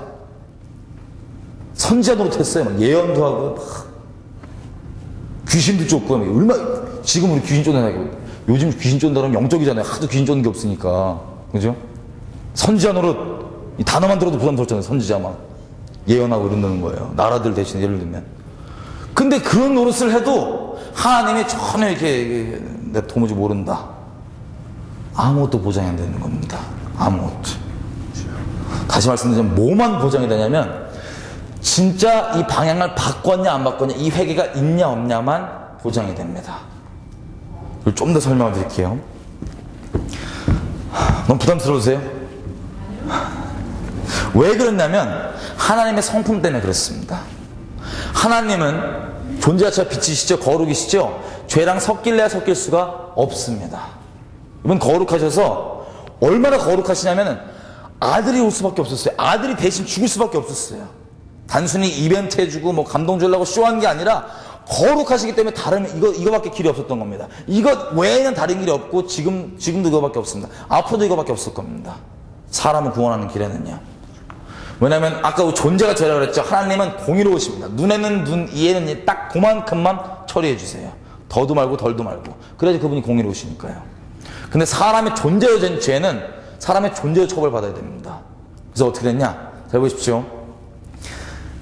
하나님께서 이 말씀하신 모든 것들 있죠? 율법에.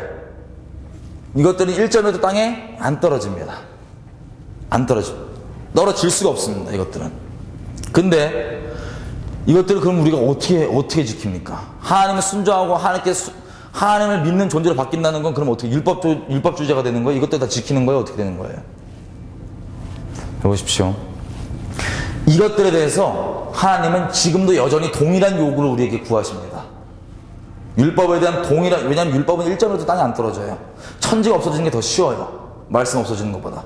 우리에게 동일한 요구를 구하시는데, 할렐루야. 이게 어떻게 완성됐냐? 사람이 할 수 없는 그것을 예수님께서 율법을 폐하신 게 아니라 완성해 주셨습니다. 자, 아까 말씀드린 눈에는 눈, 이에는 이 모든 이런 것들도요, 다 하나님의 말씀, 이 질서, 법, 여기에 속해 있는 속성입니다. 법을 하나님께서 어기실 수가 없어요. 법은 반드시 지켜져야 되고 이게 계속 돌아갈 겁니다. 그래서 하나님의 공의는 영영이 설 것이고 하나님의 판단은 영영이 위로울 것입니다. 근데 이렇게 된 거예요. 사람이 할 수 없는 그것을 이 율법을 다 지켜야 되는데 예수님께서 이 땅 가운데 사람 존재가 죄니까 존재를 처리해 주시려고 사람으로 오셨습니다. 그래서 아담의 씨로 오면 똑같이 또 죄인이잖아요. 그래서 아담의 씨로 오신 게 아니라 처녀의 씨로 오셨어요. 처녀의 씨로. 사람의 존재로서 존재 해결은 해줘야 되는데 죄가 있는 사람이 우리 죄를 똑같이 못 받잖아요. 예수 그리스도 빼고는 석가건 누구건 전부 다 하나님 앞에 심판받을 수밖에 없는 죄인일 뿐입니다. 우리는 아까 말씀드린 죄된 이 존재 전부 다 누가 대신해 줄 수가 없어요. 똑같이 사형 선고가 내려져 있는데 죄의 삭은 사망이잖아요. 그죠? 죄의 삭은 사망이라는 건 내가 안 하다도 그 법이 그렇게 정해진 건 난 죽는다는 소리다. 지옥 간다는 소리예요. 전부 다 그렇게 정해져 있습니다. 죄인이 아닌 사람이 없기 때문에. 죄라고 하는 건 행동을 떠나서 아까 말씀드린 존재적으로 누구도 대신해주지 못하지만 오직 예수님만이 죄 없으신 몸으로 유일하게 오신 그분만이 이걸 대신할 수 있는 겁니다. 예수님께서 존재를 대신할 뿐만 아니라 그 존재 안에 어떤 걸 완성하셨냐면 율법인데, 자, 아브라함에게 할례를 어떻게 하라고 명하셨죠? 난지 며칠 만에? 8일 만에 명하셨죠? 이 모세오경의 창세기부터 시작해서 쭉 이 성경 전체에 나와 있는 모든 하나님이 요구하시는 율법을 예수님께 어떻게 완성하셨냐면 정말 본질적 의미 그대로 우리를 위해서 다 완성해 주셨습니다. 나신지 8일째 만에 할례 받으시고요. 뭐 하시고요. 본질적 의미로 율법을 다 완성하시고 지키신 다음에 성경에 있는 예언들까지 다 완성하시는 대로 기억나시죠? 십자가에서 매달리십니다. 벌거벗기셔서. 천지를 지으신 하나님이 그 아들이 벌거벗겨진 채로 매달려 있습니다. 이사야서는 이렇게 표현되어 있어요. 52장 마지막 부분에 이렇게 되어 있습니다. 하도 형체가 심하게 다쳐서 못 알아본다고 되어 있어요. crushed. 완전 이그러져 있어요. 한마디로 피떡이라는 소리입니다. 벌거벗겨진 피떡이 달려있는 거예요. 예수님께서. 그 위에서도 자, 예수님 모든 인생을 딱 한 가지 목적이 있으셨습니다. 어떤 목적이냐? 저와 여러분을 하나님께로 이 관계가 회복될 수 있도록 하나님 이분이 바뀔 수는 없잖아요. 그죠?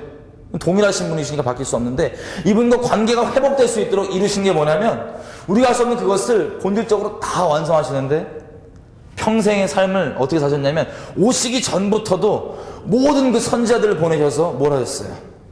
혹시 그분이 왔을 때 우리가 헷갈릴까 봐 헷갈리지 말라고 선지자들을 계속 보내셨습니다. 하나님 사랑하는 친구들을 보냈더니 사람이 죄인이죠. 하나님 말씀 마음에 두기 싫어하는 죄인이죠. 그랬더니 선지자들을 어떻게 했습니까? 막 잡아 죽이고 핍박하고 난리쳤어요. 왜냐면 그 말이 듣기 싫은 거예요. 하나님 말이 진리를. 그렇게까지 잡아 죽여간다는 하나님께서 끝까지 보내시고 이제는 스스로 직접 오셨습니다. 예수님께서 직접 오셔서 삶을 내어주시는데 이 말씀드린 아기 때부터 뱃속에 있을 때부터 이 죽으시고 살아나실 때까지 인생의 초점이 뭐냐면 우리를 위한 대속인데 한마디로 율법에 대한 모든 완성이었습니다. 그래서 이분은 아기 때부터 우리를 마음에 두시고 우리랑 하나님과 함께 이 화목제물을 되시겠다고 화목시키시겠다고 초점이 정확하셨어요. 모든 인생을 그걸 집중을 하셨고요. 또 아까 말씀드린 십자가에 매달렸을 때도요. 그 힘든 상황에서도 절대 이 초점에 어긋나지 않으셨습니다. 기억나시죠? 십자가에서 했던 그 많은 예수님 말씀들. 성경에 나와 있는 예언되어 있는 것들이었습니다. 다. 이렇게 말씀하시고 마지막에 이 신포도주도 창에 끼고 입에 대신 다음에 바로 그 다음에 다 이뤘다 하시고 숨을 거두셨어요. 율법을 다 완성하신 건데 우리가 알고 있는 죄 없으신 그분이 우리 죄를 위해서 대신 완성하시는데 자, 나무에 달린 자마다 저주 아래 있는 자라는 율법이 있습니다. 그것까지도 죄 없으신 그분이 다 율법의 모든 부분을 우리 위해서 다 담당을 하셨어요. 거기서 그치지 않습니다. 피는 뭐라고 되어 있죠? 율법에 보면 생명이라고 되어 있습니다.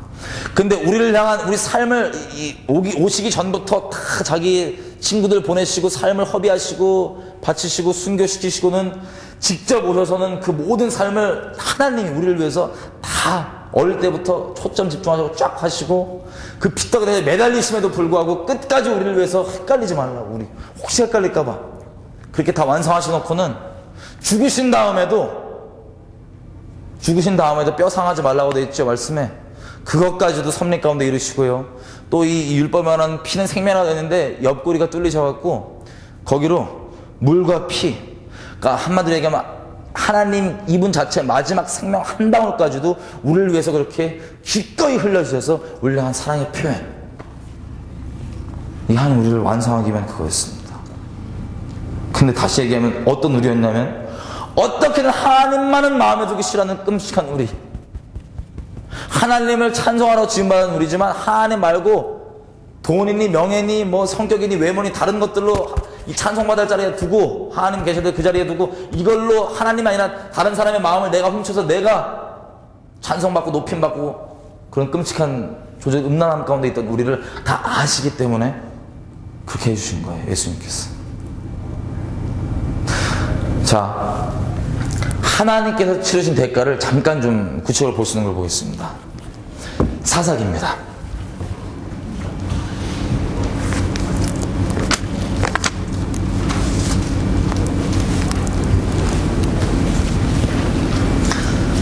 사사기 10장입니다.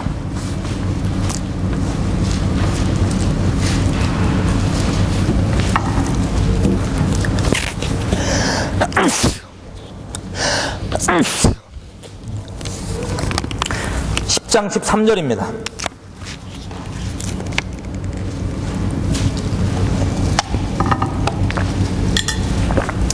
제가 내일은 이스라엘 중심으로 새벽부터 저녁까지 쭉 나눌 건데, 잠깐 맛보기를 보자면 이스라엘 백성이 어땠죠?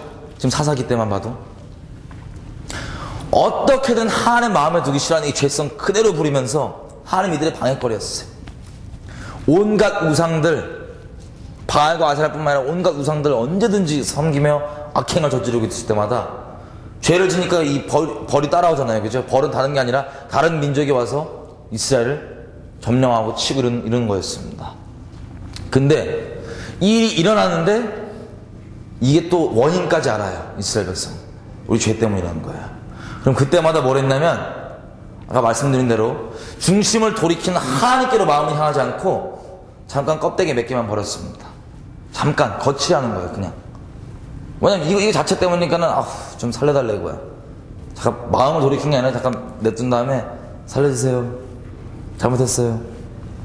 그럼 하나님께서 우리를 그렇게 생명과의 사랑으로 정하시는 분이고 예전부터 지금도 동일하게 사랑하시기 때문에 그렇게 오십니다. 와서 이 벌하는 게 정말 원치 않으시기 때문에, 심판하는 거 정말 원치 않으시기 때문에 심판 거두시고 사사를 세우시고 막 그렇게 하셨어요. 몇 번이나 그랬더니 이게 너무나 익숙해진 거예요, 이스라엘 백성이. 다 그러면 되는 줄 아는 거예요. 자, 우리는 지금 한국교회는 약간 좀 더 심한 상황이 있습니다. 마지막 날 얘기할 거지만 이렇게 죄를 지면 하나님의 다른 민족을 통해서 이 전쟁이 일어나고 들어오는 거는 마땅한 겁니다. 그냥 기본적으로만 봐도 성경에. 근데 그 악독한 죄를 다 저지름에도 불구하고 이런 건 못 받아들여요, 우리가. 지금 상태가 좀 더 심합니다, 사사기 때보다. 근데 이때는 최소한 하나님이 원인이라는 걸 알았잖아요. 우상숭배가 원인이라는 걸 버리긴 했었거든요. 근데 그렇게 하나님이 자기를 얼마나 사랑하는지 알기 때문에 이용해 먹었던 거죠. 근데 하나님이, 다시 말씀드리지만, 우리 살아계신 분이시잖아요. 마음이 다 있으시고 느끼시고 인격체이신데, 이분이 우리를 생명 다해 사랑하는데 우리가 그렇게 악용했다 생각해봐요. 이스라엘 백성께서 그런 겁니다. 그래서 하나님 이렇게 말씀하셨습니다. 13절입니다. 10장 13절. 너희가 나를 버리고 다른 신들을 섬기니 그러므로 내가 다시는 너희를 구원치 아니하리라. 사사기 10장 13절입니다. 자, 하나님께서 말씀을 막 함부로 하시는 분입니까? 아니신 건 아시죠? 돌려갖고 그러신 거죠? 하나님은 말씀 한번 하시면 변개치 못하시는 분입니다. 하나님의 말씀은 우주의 법입니다. 우주의 질서입니다. 이분은 우주의 왕이시기 때문이십니다. 그런데 하나님의 말씀은 일점에서 땅에 떨어질 수 없어요. 우리가 봤던 거죠. 그래서 예수님께서 모든 걸 감당하실 수밖에 없었어요. 보겠습니다. 이스라엘 백성 그렇게까지 괴롭게 하니까 하나님이 질리셔서 정말 괴로우셔서 내가 다시는 구원치 아니한대요. 그럼 이스라엘에 구원이 있습니까? 없습니까? 없어야죠. 없습니다. 그랬더니요 15절 보겠습니다. 이스라엘 자손이 하나님께서 이렇게 말씀하시니까 이렇게 하는 거예요. 이스라엘 자손이 여호와께 여쭤오되 우리가 범죄하였사오니 주의 보시기에 좋은 대로 우리에게 행하시려니와 오직 주께 구하옵나니 오늘날 우리를 건져내옵소서. 그렇게 하면서 16절입니다. 자기 가운데서 이방 신들을 제하여 버리고 여호와를 섬겼다고 되어 있습니다. 그랬더니 보세요. 또 이 벌이 올라가야 되는데 이방 신들을 버렸죠. 하나님께서 내가 다시는 너무 괴로우니까 진짜 다시는 구원치 않겠다고 말씀을 했는데도 얘들이 아유 설마 그래서 그 우상 버리고 막 있었어. 나 용서해달라고 살려달라고 당신만 섬기겠다고 또 이랬던 거예요. 그랬더니요 하나님의 마음이 이러십니다. 16장 마지막 부분입니다. 여호와께서 이스라엘의 곤고를 인하여 마음에 근심하시니라. 성경에 하나님께서 마음에 근심하는 게 많지 않습니다. 노아 때 그랬고요, 이때 그랬고요, 많지 않습니다. 왜냐하면 하나님은 거룩하게 심판할 수밖에 없는데 자꾸 이렇게 이 사랑하는 마음 악용해 먹는 거예요. 마음이 너무 괴로우신 거예요. 그 다음에 이 성경 쪽 보면요, 이 다음부터 하나님이 잠깐 안 나오십니다. 성경에. 그리고 하나님이 안 나오고 누가 나오냐면 11장입니다. 입다라고 하는 사람이 나와요. 입다는 창녀의 아들입니다. 입다는 창녀의 아들이에요. 그래서 이렇게 죄 짓는 이스라엘 백성이 스스로 선민이라 생각하는 이 백성이 자기의 죄는 생각지 아니하고 자기가 보기에 좀 입다는 기생의 아들이고 출신이 천하다 이거예요. 그래서 엄청 핍박했습니다. 그래서 입다는 아예 자기 사는 동네를 떠나갖고 돕당에 살았습니다. 그것도 동네 건달처럼 이렇게 건달들과 어울려 살았어요. 그런데 암몬 백성이 이방인이죠. 하나님의 심판의 도구로서 암몬 백성이 쳐들어오니까 이거를 막아주려고 아마 이스라엘 백성에서 이렇게 군대를 지휘할 사람이 이렇게 없었나 봐요. 그래서 그렇게 멸시했던 입다를 이스라엘 백성들이 찾아가서 와달라 그럽니다. 네가 와서 대신 우리를 좀 싸워다오. 네가 군대를 좀 지휘해다오. 그랬더니 입다가 어떻게 온지 보세요. 자 이렇게 합니다. 니네가 그렇게 나를 멸시하고 이렇게 했는데 진짜 니네 말대로 내가 니네 도와주면 니네 임금 삼아줄 거야, 니네 두목 삼아줄 거야 라고 확인까지 받습니다. 입다도 이 전쟁에 참여한 이유는 다른 게 아니었어요. 자기 인생 역전 여지껏 마음 상하고 당했던 거 한풀이 한번 해보겠다고. 오케이 그러면 알았어 너 해주는 거다 이랬고 이 전쟁에 참여했습니다. 이게 처음 입다의 동기도 이거였고 이스라엘도 참여한 동기였어요. 이때 하나님은 잠잠해 보이신 것 같습니다. 그래서 입다가 미스바에 가서 자기 집에 가서 기도를 합니다. 집 근처에 가서 미스바에서 하나님 기도를 했더니 이런 응답이 옵니다. 자 전쟁을 치전에 기도를 하죠. 29절입니다.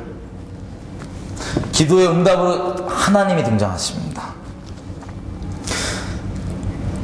29절에 이렇게 되어 있습니다. 이에 여호와의 신이 다시 얘기하면 성령이 입다에게 임하시니 입다가 길르앗과 므낫세를 지나서 길르앗 미스베에 이르고 길르앗 미스베에서부터 암몬 자손에게로 나아갈 때 30절입니다.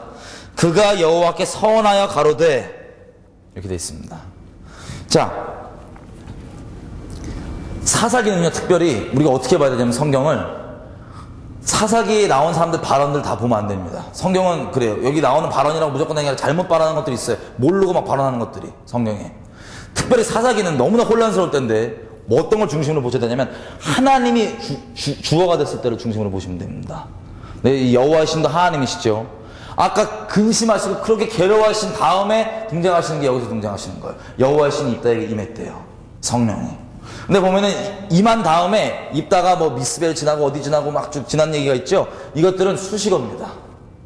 임에서 나왔던 말이 뭐냐면 30절 초반에 이렇게 써있습니다. 그가 서원하여 가로되 여호와께. 다시 얘기하면 그렇게 근심하시던 하나님께서 움직이신 게 성령이 등장하신 게 언제냐면 입다로 하여금 서원케 하신 거예요. 성령이 임하면 예언을 합니까 안 합니까? 성령이 보면 합니다. 구약, 신약 상관없습니다. 한 동일하신 분이기 때문에. 70장로도 했고요. 사울도 그랬고요. 신약도 그렇고 이방인도 마찬가지입니다. 성령 임하면 이분이 살아계신 말씀 자체이기 때문에 이분이 그냥 말씀 주는 거예요. 그래서 주로 예언을 보면은 자기가 알아서 하는 말 아닙니다. 지식 전달이 아닙니다. 실제 예언들을 보면 대부분. 그냥 주시는 말 하는 거예요. 알아서가 아니라. 근데 여기 보시면 성령이 임해서 서원했다는 건 입다도 지금 마찬가지입니다. 자기가 알아서 하는 소리가 아니라 성령께서 입다를 통해 지금 선포하시는 거예요. 얘기하시는 거예요. 근데 이 서원의 내용이 뭐냐면 그 다음에 읽어보겠습니다. 자기가 암몬 자손을 이기고 돌아오면 여호와께서 손에 붙여서 이기고 돌아오면 누구든지 31절입니다. 내 진문에서 나와 나를 영접하는 그는 내가 여호와께 돌릴 것이니 내가 그를 번제로 드리겠나이다.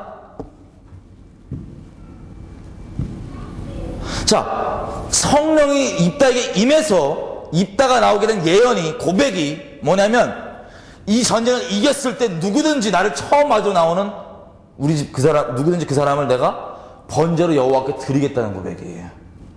입다가 지금 흔히 우리는 이거 무슨 뭐 잘못된 소원 얘기했는데 입다가 알고 하는 말이 아닙니다. 성령께서 입다를 통해 지금 예언하시는 말이에요. 그 다음에 우리 잘 아시는 대로 입다가 이깁니다. 전쟁에 이깁니다. 이 승리의 대가는요, 생각해보세요. 이스라엘 백성이 우리가 죄를 아무렇지도 않게 여겨서 죄를 짓고 뭐 회개하면 되지 이런 말도 안 되는 이런 정신상태로 하나님의 거룩하심도 모르고 정말 중심으로 회개한 적도 없으니까 죄를 이렇게 함부로 여기는 거예요. 그래서 이렇게 죄를 짓고 또 뭐 대충 하면 도와주겠지. 뭐 이스라엘 백성으로 했던 것처럼 하나님 사랑을 엄청 악용할 때 다시는 구원치 않겠다고 이미 말씀을 뱉으신 상황인데 하나님 말씀이 참 거짓말 하시는 분도 아니고 이상하게 이겼어요. 구원치 안 계시다 해놓고는 구원이 일어났습니다. 지금 이스라엘 백성은 이거에 대한 대가를 모른 채 그냥 여전히 그랬던 것처럼 아유 거봐 또 대충 뭐 회개한다 그러면 살려줘 신나갖고 막 신났어요. 막 춤추고 난리쳤습니다. 이겼으니까요. 앞서서 벗어났으니까요. 어떤 대가를 치는지 모른 채 입다도 처음에 신나서 왔습니다.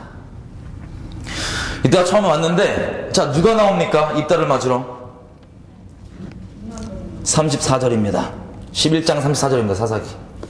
입다가 미스바에 돌아와 자기 집에 이를 때 그 딸이 속으로 잡고 춤추며 나와서 영접하니 이는 그의 무남 동료라. 다 이 승리에 취해갖고 다들 입다도 마찬가지였어요. 어떻게 대충 뭐 또 여호와께서 설마 우리 버리겠어? 뭐 거룩하다고는 하지만 뭐 어떻게 되겠어? 이래갖고 돌아왔는데 이스라엘 백성은 신나고 난리치고 있는데 입다에게 딱 처음 찾아왔던 건 뭐냐면 하나밖에 없는 자기 독생 딸 있죠. 무남 동료의 독생 딸이 온 거예요. 온리 차일드가 온 거예요. 근데 입다 반응이 이렇습니다. 이 35절. 입다가 이를 보고 자기 옷을 찢으며 가로되 슬프다 내 딸이여. 너는 나로 참담케 하는 자요. 너는 나를 괴롭게 하는 자 중에 하나이로다. 내가 여호와를 향하여 입을 열었으니 능히 돌이키지 못하리로다. 이스라엘 백성은 이 승리의 대가도 모른 채 신나거리고 있는데 입다는 그냥 바로 그냥 옷이 찢어지는 거예요. 그냥 이 승리의 대가가 자기가 서원한 바에 의하면 지금 딸인 거예요. 딸. 자기 하나밖에 없는 딸. 그 입다는 지금 마음이 찢어지고 난리가 나 있습니다. 이스라엘은 승리에 취해 있지만 입다는 지금 마음이 자기 하나밖에 없는 딸, 악인일지라도 자기 다시 소중히 여기는데 그 마음이 찢어집니다. 지금 난리가 납니다. 괴로워서. 근데 여기서 만약에 입다의 딸이 그래요 저 무서워요 살려주세요 이랬으면은 어떻게 될지 모르겠어요. 근데 여기서 딸이 자발적으로 스스로 이릅니다. 여호와께서 아버지께서 서원하신 일이니 반드시 지키셔야 된다고. 그래서 잠깐 2달 동안 이 처녀를 죽는 거를 애곡하고 돌아온 다음에 어떤 일이 일어나면 이런 일이 일어납니다. 39절입니다. 2달 만에 아비에게로 돌아온지라. 자 여기 갑자기 아비가 돼 있어요. 입다가 아비가 서원한 대로 딸에게 행하니 딸이 남자를 알지 못하고 죽으니라. 입다가 서원한 게 뭐였죠?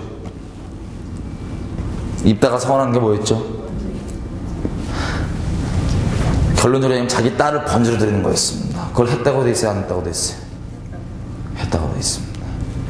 번제가 뭔지 아시죠? 그냥 단순히 죽이는 게 아니라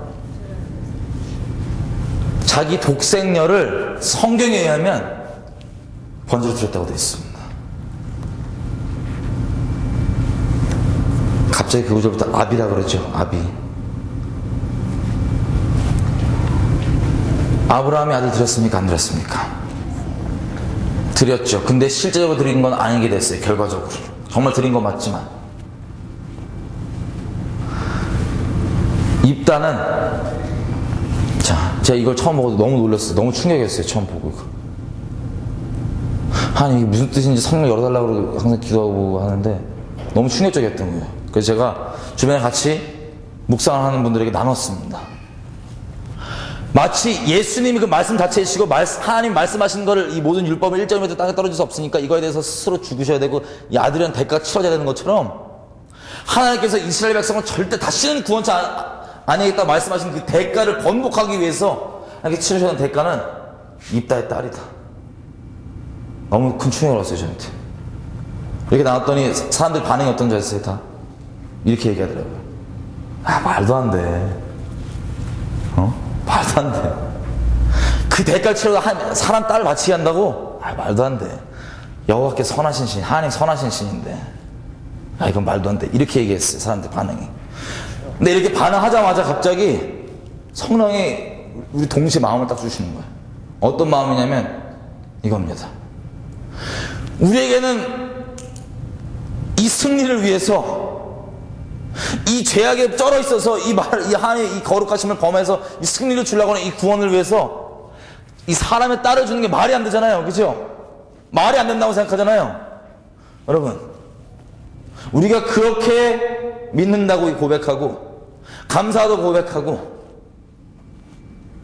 얘기하는 예수님의 십자가, 사람에게는 말도 안 되는 그것이 그럼 하나님에게는 이 마음이 갑자기 부어져서 하나님의 말도 안 되는 일을 행하셨구나라는 그 십자가에 대한 마음이 다시 한번 부어져서 저희가 충격을 먹었습니다. 그때 대체 하나님이 우리를 용서하셨다는 그 대가가, 죄는 절대 함께 할 수 없는 이분께서 우리를 용서하신다는 그 대가가, 아들 치렀다는 그 말이 여러 모양으로도 조금씩 감동 줘서 대충이나 이렇게 했지만 이렇게 하더니 너무 충격적으로 온 거예요. 저희한테. 여러분, 이때부터요 입다가 바뀝니다. 우리가 예배당 안에서 예수님이 십자가를 져주셨다 그래서 죄는 뭐 대충 죄책감 이렇게 떨고는 식으로 뭐 용서했다며 이러고 살고 있는 그거에 따른 대가는 어마어마했던 겁니다. 하나님 선에서 말로 설명할 수 없는, 정말 하나님께서 성령으로 그 마음을 부어주셔야지만 알 수밖에 없는 그 일을 행하셨습니다. 우리를 위해서 하나님께서. 그래서 입다는요 사람이 바뀌어요. 그때부터 정말 입다는 하나님을 이제 따르는 자가 됐습니다. 이 사랑을 맛보고 하나님이 예수 그리스도 십자가에 못 박은 그 마음을 입다가 공유했더라고요. 티끌만큼이나마 아비로서. 그래서 보십시오. 입다가 어떻게 되냐? 더 이상 사람 눈치 보지 않습니다. 더 이상 자기 한풀이로, 죄라고 하는 건 결국엔 다 나를 위한 거거든요.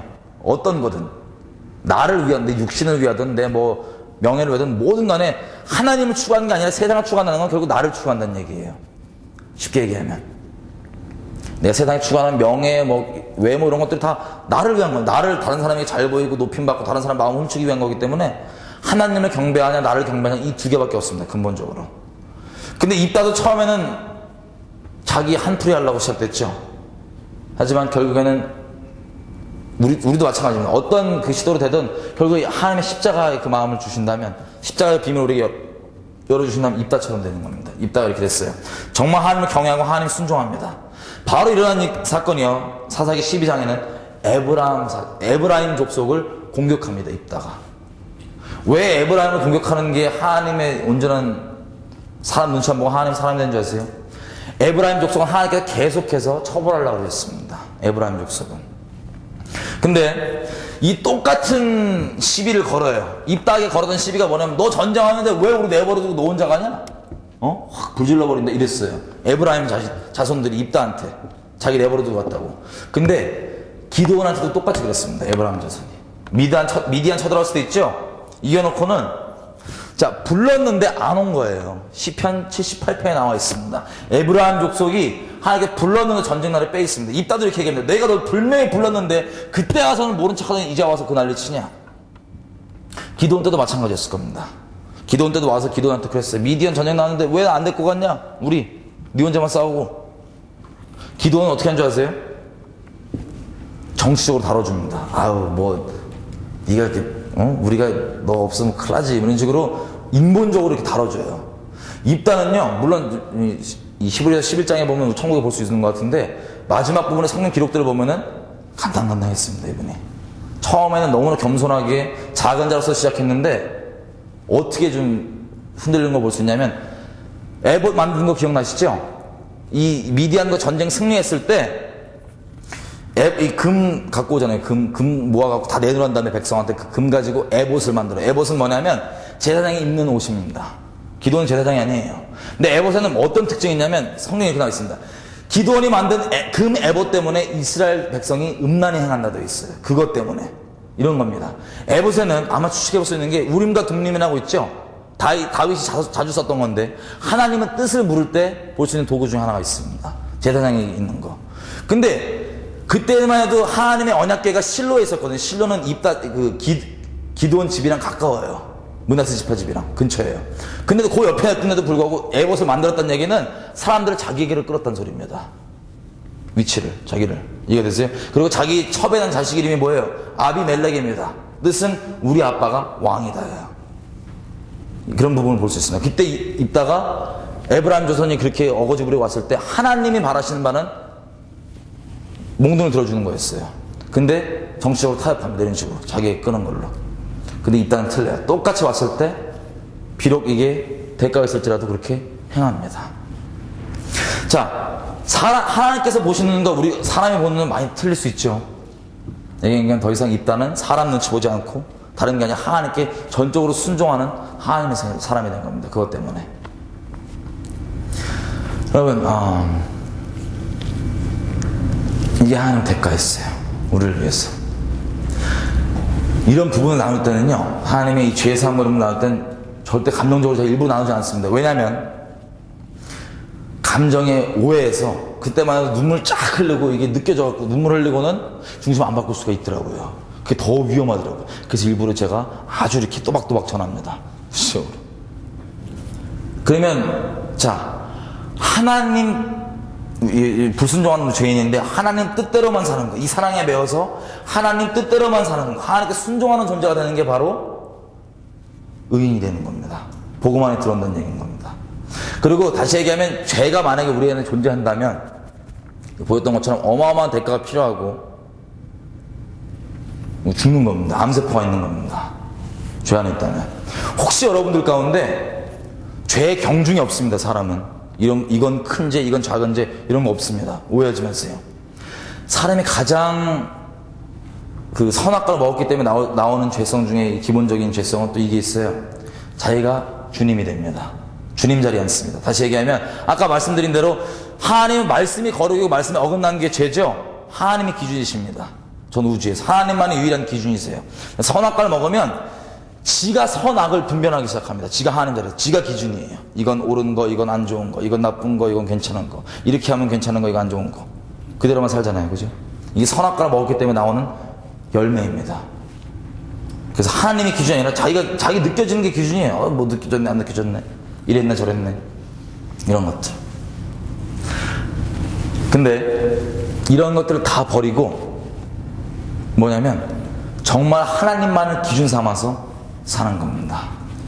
그래서 이런 기준상 내가 안 알아듣는다고 내 죄악이 방금 말씀드린 대로 드러났다 그러면 어떻게 되겠지? 절대 아닙니다. 지옥 갑니다. 딱 한 가지 구원은 이게 있습니다.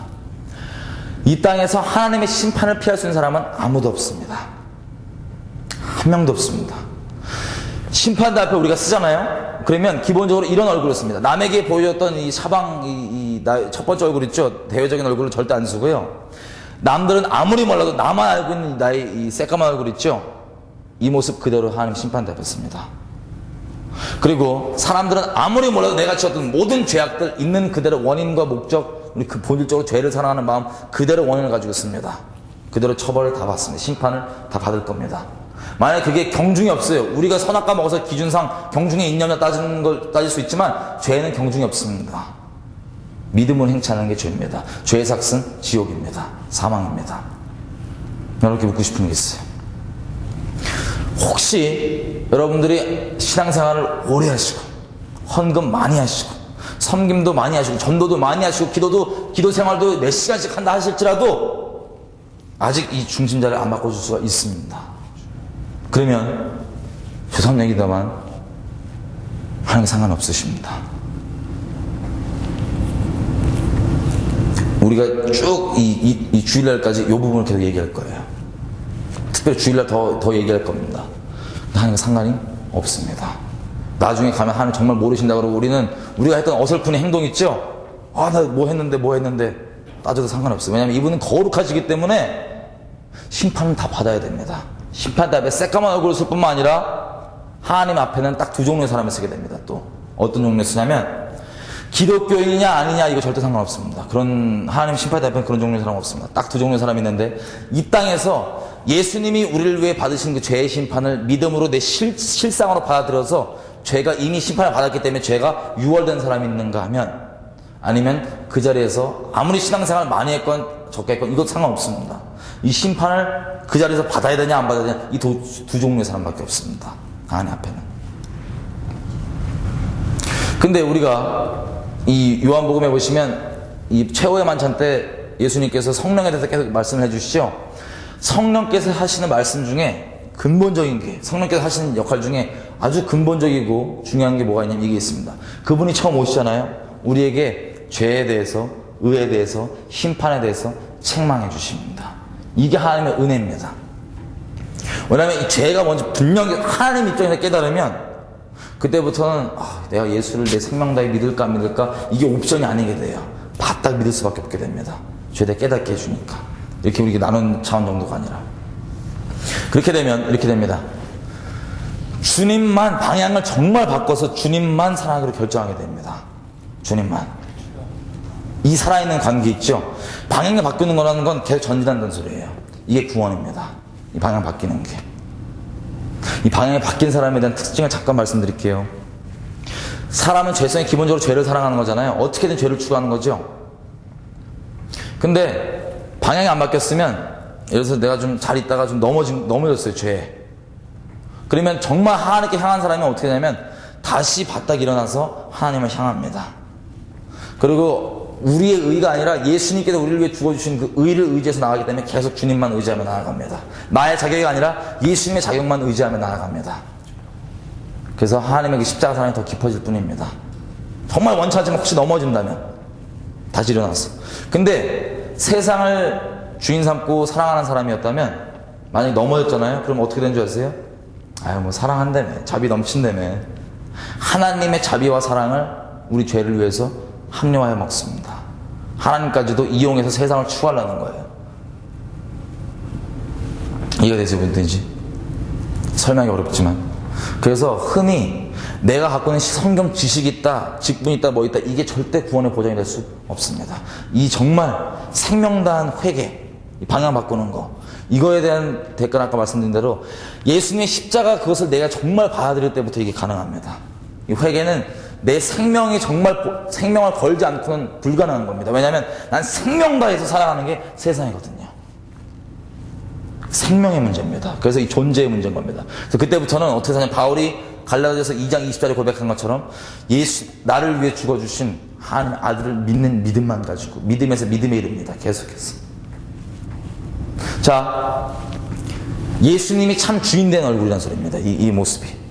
예수님은 우리 안에 성령으로 거하시죠. 성령은 살아있는 말씀입니다. 그래서 죽어있는 말씀, 내 지식으로 넣는 종교적 공식들 이것 따라 사는 게 아니라 그때그때 내게 주신 성령의 음성에 쫓아가는 겁니다. 왜냐하면 하나님과 실제 살아있는 관계가 생기기 때문에 하나님의 양은 어떤 특별한 사람이 아니라 모두 다 하나님의 음성을 듣습니다. 다. 꼭 이렇게 막 육성으로 안 듣고 내가 인식 안 해도 다 인도하심 받고 살 수밖에 없는 존재로 되는 겁니다. 그래서 살아있는 말씀 대신 성령이 내 주인 되어서 그분께 순종하는 존재로 가는 겁니다. 계속해서. 이게 믿음에서 믿음에 이르는 겁니다. 왜냐하면 오너마서 8장 쭉 읽어보시면 이렇게 나와 있습니다. 율법의 모든 요구가 예수님께서 이루셨죠? 예수님께서 모든 율법을 완성하셨기 때문에 예수님을 통해서만 하나님께 나아갈 수 있는 겁니다. 하나님은 여전히 똑같은 율법 요구를 요구하세요. 구약이나 신약이나 똑같은 하나님이십니다. 그래서 예수님을 통해서만 나아갈 수 있는데, 예수님을 통해 나간다는 얘기는 우리 일상 삶 가운데 예수님이신 성령을 우리 이 순종하고 산다는 건 율법의 모든 요구가 우리에게 이루어지게 하려고 성령의 주인된 삶, 세상의 영, 세상의 거짓말들, 내 자아가 아니라 하나님이 내 주인된 삶이 바로 우리 구원받은 삶입니다. 그 사람은 방향이 틀린 거예요. 자, 그럼 마지막 우리가 그럼 어떻게 해야 되는지를 요것만 확인하고 기도했으면 좋겠습니다. 여러분, 여기까지 지금 말씀을 쭉 차근차근 드렸는데 너무 복잡하세요? 자, 이해는 되시죠? 이해는 돼도 우리가 중심 안 들이면 더 비참해요. 더 괴로워요. 하나님 더 부담스러운 존재예요. 하나님 날 자유케 하는 게 아니라 너무 부담스러워요. 하나님이. 이걸 좀 확인해 보십시다. 그러면 여러분들 이제 하나님 뜻대로만 사실 거죠? 아직 갈등하시는 분들. 뜻대로만 사실 거죠? 사실 초이스가 없는 겁니다. 지옥은요, 물론 하나님이 거룩하셔서 지옥 보낼 수밖에 없는 거지만, 사실은 더 엄밀히 따지면 하나님 보내시는 게 아니라 우리가 선택하는 거예요. 지옥은 하나님만을 내 전부로 삼기로 결정하는 것. 하나님이 우리를 위해서 보여준 이 생명다한 사랑 있죠. 요한복음 이렇게 말씀하십니다. 친구가 친구를 위해서 생명을 내어주는 것보다 더 큰 사랑이 없는데 우리를 그렇게 생명을 내어주셨죠. 우리에게도 동일한 사랑을 요구하십니다. 가장 큰 사랑. 이 중심이 들여지면요, 우리가 흔히 생각하는 것처럼 얘가 이걸 저거 했냐 이게 중심만 들여지면 지경을 넓혀주시고 믿음의 지경이 넓어지고 점점 주님 안에 온전히 가게 되고 더욱더 주님이 원하시는 이 성화된 모습을 갈 수 있는데, 자 보십시오. 하나님께 순종하고만 갈 건데 어렵습니다. 불가능해요. 사실 우리 존재는 존재적으로 하나님께 순종하려고 아무리 마음 먹어도 불가능합니다. 왜 불가능한 줄 아세요? 사울 기억나시죠? 사울. 내 중심을 안 바꾼 채로, 정말 내 중심을 안 바꾼 채로 그냥 순종하겠다 마음만 먹으면 그게 불가능한 소리죠. 순종은 가능합니다. 존재가 바뀌면. 순종하는 존재로 바뀌는 거기 때문에. 근데 마음만 먹잖아요. 내 중심에 이걸 안 드리고, 그러면 사울처럼 됩니다. 사울은 하나님의 음성을 말씀을 들었어요. 아말렉 다 쳐부수라고. 그런데 어떻게 됐습니까? 아말렉 다 죽였어요? 아니면 남겼어요? 남겼죠? 자, 이거 생각해 볼 거예요. 아니, 그 다 죽이고 그 몇 개 남기고 그게 잘못된 일이에요, 솔직한 말로? 예? 대답을 아예 안 하시네 이제. 죄의 경중량은 없습니다. 하나님의 말씀을 듣지 않고 자기 임의대로 받아들였잖아요. 그랬더니 이렇게 얘기합니다. 너 귀신 숭배한 죄랑 똑같은 죄라 그래요. 그게. 왜냐면 이 존재가 안 바뀌어서 순종한다는 얘기는 내가 여전히 주인이어서, 하나님의 말씀이 내 주인이 아니라 여전히 내가 주인이어서 내가 받아들일 수 있는 한도까지만 순종하고 받아들이겠다, 이 소리입니다. 이해되세요? 그래서 우리의 결심, 지금 순종해야지 이걸로는 안 됩니다. 근본적인 이게 필요합니다. 이것만으로 확인해 보겠습니다. 존재가 바뀌는 게 아니면 아닌 겁니다. 믿거나 안 믿거나 합니다. 100%거나 99.9%도 아닙니다. 보세요. 그럼 이제 무조건 다 순종하실 거죠? 아멘. 초이스가 없습니다. 할렐루야. 이게 우리가 정말 기쁨이에요. 그리고 순종할 건데, 솔직히 여쭐게요. 그러면 여러분의 삶을 지금 통째로 하나님께 맡기는 거예요. 뭘 명하시든 무조건 아멘인 거예요, 이제부터. 그렇죠? 무조건 다 아멘이신데 걱정돼요. 그러면 솔직히 걱정돼요, 안 걱정돼요? 되죠? 막 걱정이 되죠? 그 걱정을 좀 더 이 말씀으로 풀자면 이런 겁니다. 되게 빡셀 것 같아요. 예수님 뭐라 하시면 이렇게 얘기하세요. 내 멍에는 무겁고 뭐 그러셨나요? 아니면 쉽고 가볍다 그러셨나요? 쉽고 가볍대요.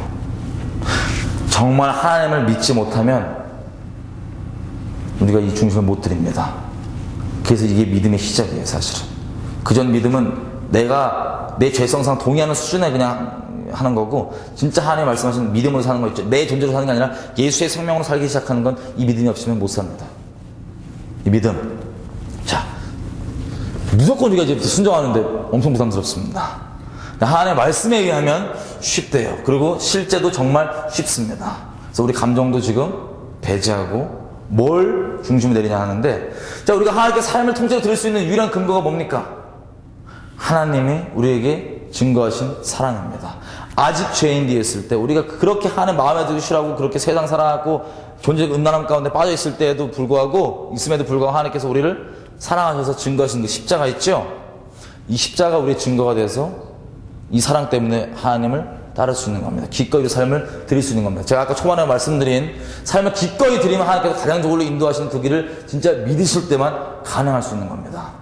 근데 오해하실 수 있는 게 이거예요. 혹시 지금 하나님께서 우리에게 뭘 요구하시냐면 네가 많은 종교 행위를 더 해라, 더 빡세게 뭘 해라, 더 세게 섬겨라, 뭐 선교를 나가라, 이런 차원 얘기가 아닙니다. 단순한 종교 행위를 요구하시는 게 아니라 우리 중심을 요구하시는 거거든요. 지금 중심은 종교 행위는 하나님 필요 없습니다. 그게 무슨 소용이 있어요? 하나님께 대체 중심이 필요합니다. 하나님께 이 중심을 드리는 건데, 자, 이 중심이 아까 말씀드린 대로 생존 본능이 있어요. 그죠? 정말 하나님께 순종하려 결정한다는 건 이 로마서 16장에 나온 것처럼 점점 죽는 거 없습니다. 속지 마세요. 점점 죽지 않습니다. 단번에 죽으신 걸 믿음으로 받아들이는 겁니다. 단번에 죽으셨습니다. 점점 못 죽어요. 그래서 여기까지 알면은 사람들이 이 종교행위에 빠집니다. 중심은 안 들이고 더 많은 종교행위로 때우려고 그래요. 그게 바로 종교행위, 행위구원이라는 소리입니다. 머리로는 우리가 다 행위구원이 이단인 건 알죠? 근데 이 중심을 정말 안 들이면 행위구원에 매여서 살다가 지옥 갑니다. 평생 불쌍하게 행위구원에 서서 매이다가 이거 어떻게 되겠지 이러다가. 근데 이 중심을 들이면 정말 자유함 가운데 나아가는 건데, 종교행위 더 하라는 거 아닙니다. 떼어지지 않습니다. 예를 들면 이런 걸 수 있어요. 지금 각자 삶마다 틀릴 수 있는 성령께서 지금 조명해 주신다면 이런 게 있을 수 있어요. 여러분 무엇이든 순종하는데 이것만은 나 진짜 안 되겠다 주여, 이런 거 혹시 있으세요? 설마 내가 다 하겠는데 주님, 지금 감감한 마음으로 생각해 보세요. 내가 무엇이든 다 순종하겠는데 요건 좀 어렵습니다. 혹시 있으세요? 괜찮습니다. 있는 게 정상이에요. 있는 게 정상이에요. 심지어 여러분의 자식을 바쳐라, 딸을 바쳐라, 이런 걸 수도 있습니다. 여러분의 지금 성령께 도전하시는 게 뭐든 간에 이것만큼은 나 진짜 못하겠습니다. 요건 안 됩니다. 요거 빼곤 다 할게요. 이런 마음 혹시 지금 있으세요? 있는 게 정상인데. 그게 적용되셨다면 너무 감사한 겁니다. 그게 뭔지 아세요? 그게 바로 여러분의 중심에 있는 데입니다. 무조건적으로 하나님께 드리는 것, 그거에 대한 우리 결단이 한번 하잖아요. 정말 그러면 계속 갈 수 있습니다. 계속 갈 수 있습니다. 우리 안에 있는 새까만 존재 있죠? 얘가 여지껏은 우리 주인이었어요. 우리 안에 본질자 진노자의 모습이. 얘가 아무리 내가 티 안 내려고 그래도 얘가 말하는 거, 얘가 생각하는 거에 맨날 휘둘렸습니다. 얘가 주인이었으니까요. 근데 정말 이 단번에 결정을 내린다면 정말 세상에서 둥지고 뒤돌아보는 겁니다. 이 내면 안에서 뒤를 뒤돌아보는 거예요. 그래서 얘가 사라지지 않아요. 오해하지 마세요. 얘는 그대로 있습니다. 얘가 뭐라 그러는데 얘가 더 이상 주인은 아니에요. 뭐라 그래도 무시합니다. 왜냐하면 우리는 하나님 말씀만 듣기로 결정했기 때문에. 얘가 한 소리는 사탄 소리랑 똑같거든요. 사탄 한 소리랑 안 듣기로 결정한 거예요. 무시하는, 그렇게 얘기해도 무시하는, 하나님만 보기로 마음을 결정하는 겁니다. 여러분은 이것만은 안 됩니다. 이게 뭐냐면, 예를 들면 이런 거예요. 배가 있잖아요. 배가. 우리는 배를 타고 가는 게 지금 목적이죠. 노아의 방주는 타는 게 목적이에요. 그죠? 지금 방주가 지금 뭐 홍수가 나기 직전이라고 방주가 앞에 있는데 안 타. 어떤 사람이 막 안 타요. 안 타고는 뭐 하냐면 공부는 되게 많이 했어요. 이 방주가 지금 재질이 어떻고 높이가 어떻고 막 사이즈가 이래. 됐고 빨리 타라고. 안 타요. 인간이 자꾸 방주가 자꾸 이래. 됐으니까 빨리 타라고. 근데 옆에서 아무것도 방주가 단어도 방주지도 몰라. 타면 된다는 것만 알아. 그냥 어떤 사람이 타 그랬더니 탔어. 이게 홍수가 났어요. 그럼 누가 살았어요? 이 타는 거, 배를 타고 가는 게 중요한데 그럼 배를 이렇게 된 거예요. 중심 안 들이면 어떤 게 나올 수 있냐면, 하나님 제가 선교 몇 년 더 갈게요, 뭐로 때울게요, 이런 행위를 자꾸 들이달라 그러거든요. 기본 우리 종교성이 죄성이다 보니까 또 이런 겁니다. 배를 타고 이 뱃사공 이제 출발하자 그래요. 자꾸 출발하자고. 근데 제가 이제 너무 빡세니까, 그래 복음은 빡세다, 가야겠다 싶어갖고 빡세게 살게, 중심을 들이는 게 아니라 그냥 단순히 빡세게 살게 이렇게 했어요 지금. 그럼 제가 막 더 섬기고 이렇게 막 선교가 이렇게 마음 정했는데 발을 이렇게 올렸죠. 제 인생 가운데 그래 90%를 주님을 위해서 싹 드리자 이렇게 했어요. 우리 배를 탔는데 90% 타 있죠. 뱃상황이 자꾸 출발하자는 거야. 출발합시다 하는데 제가 뭐라냐면은 아씨 내가 90%까지 탔는데 뭘 더 바라냐고. 아 빨리 타라고 가라고. 근데 안 가요. 그럼 10% 발이 안 떼지는 거야 계속. 그럼 제 중심은 이 10%에 있어요? 90%에 있어요? 10%에 있죠? 하나님은 많은 종교인이 원하시는 게 이 중심을 원하시는 겁니다. 왜냐하면 이 중심이 우리 실체이기 때문에 그렇습니다. 이 중심은 예레미야서 17장 이렇게 얘기합니다.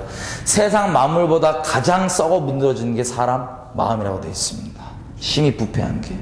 너무나 부패해서 우리조차도 맨날 헷갈리잖아요. 그죠?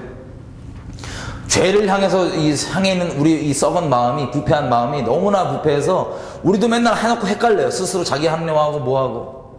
사람에게 제일 무서운 게 뭔지 아세요? 자기 확신입니다. 하나님께 정말 중심으로 들어있는 살아있는 하나님의 이 관계에 있지도 않는데, 구원 관계에 있지도 않는데, 구원받았다고 하는 확신, 스스로 확신 있잖아요. 이 사람은 정말 끝장이에요.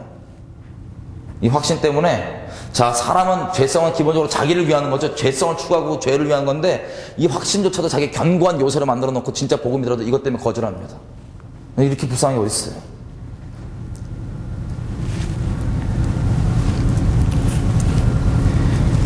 이 중심을 내어두는 것, 자기 확신도 중요하지 않습니다. 이 믿음은 자기 확신이 아닙니다. 믿음은 자기 확신과 틀린 거예요. 정말 이 삶의 열매로 나옵니다. 바울이 얘기한 것처럼 너희가 믿음에 있나 없나 스스로 확증하라 얘기한 것처럼 삶의 열매로 나옵니다. 그러다 보세요. 내가 뭐 열매 몇 개 맺은 것 같아요. 그러면 나 이제 됐다 이래갖고 하나님 따르는 걸 그만두면은 이미 이 사람은 세상을 추구하는 거죠. 하나님을 사랑으로 결정했기 때문에 계속 주님만 따라가는 겁니다. 살아있는 관계가 되는 겁니다.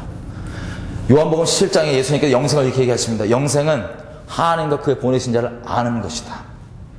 안다는 건 지식으로 아는 게 아니라 히브리 말로 히브리 사람들, 이스라엘 사람들 안다고 얘기할 때는 야다라는 단어를 씁니다.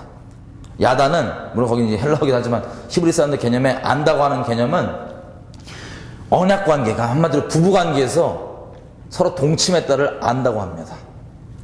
이게 야다입니다. 똑같은 단어. 이 언약 관계는 생명바에 사랑하는 깊은 언약 관계에 들어있는 친밀함 있죠.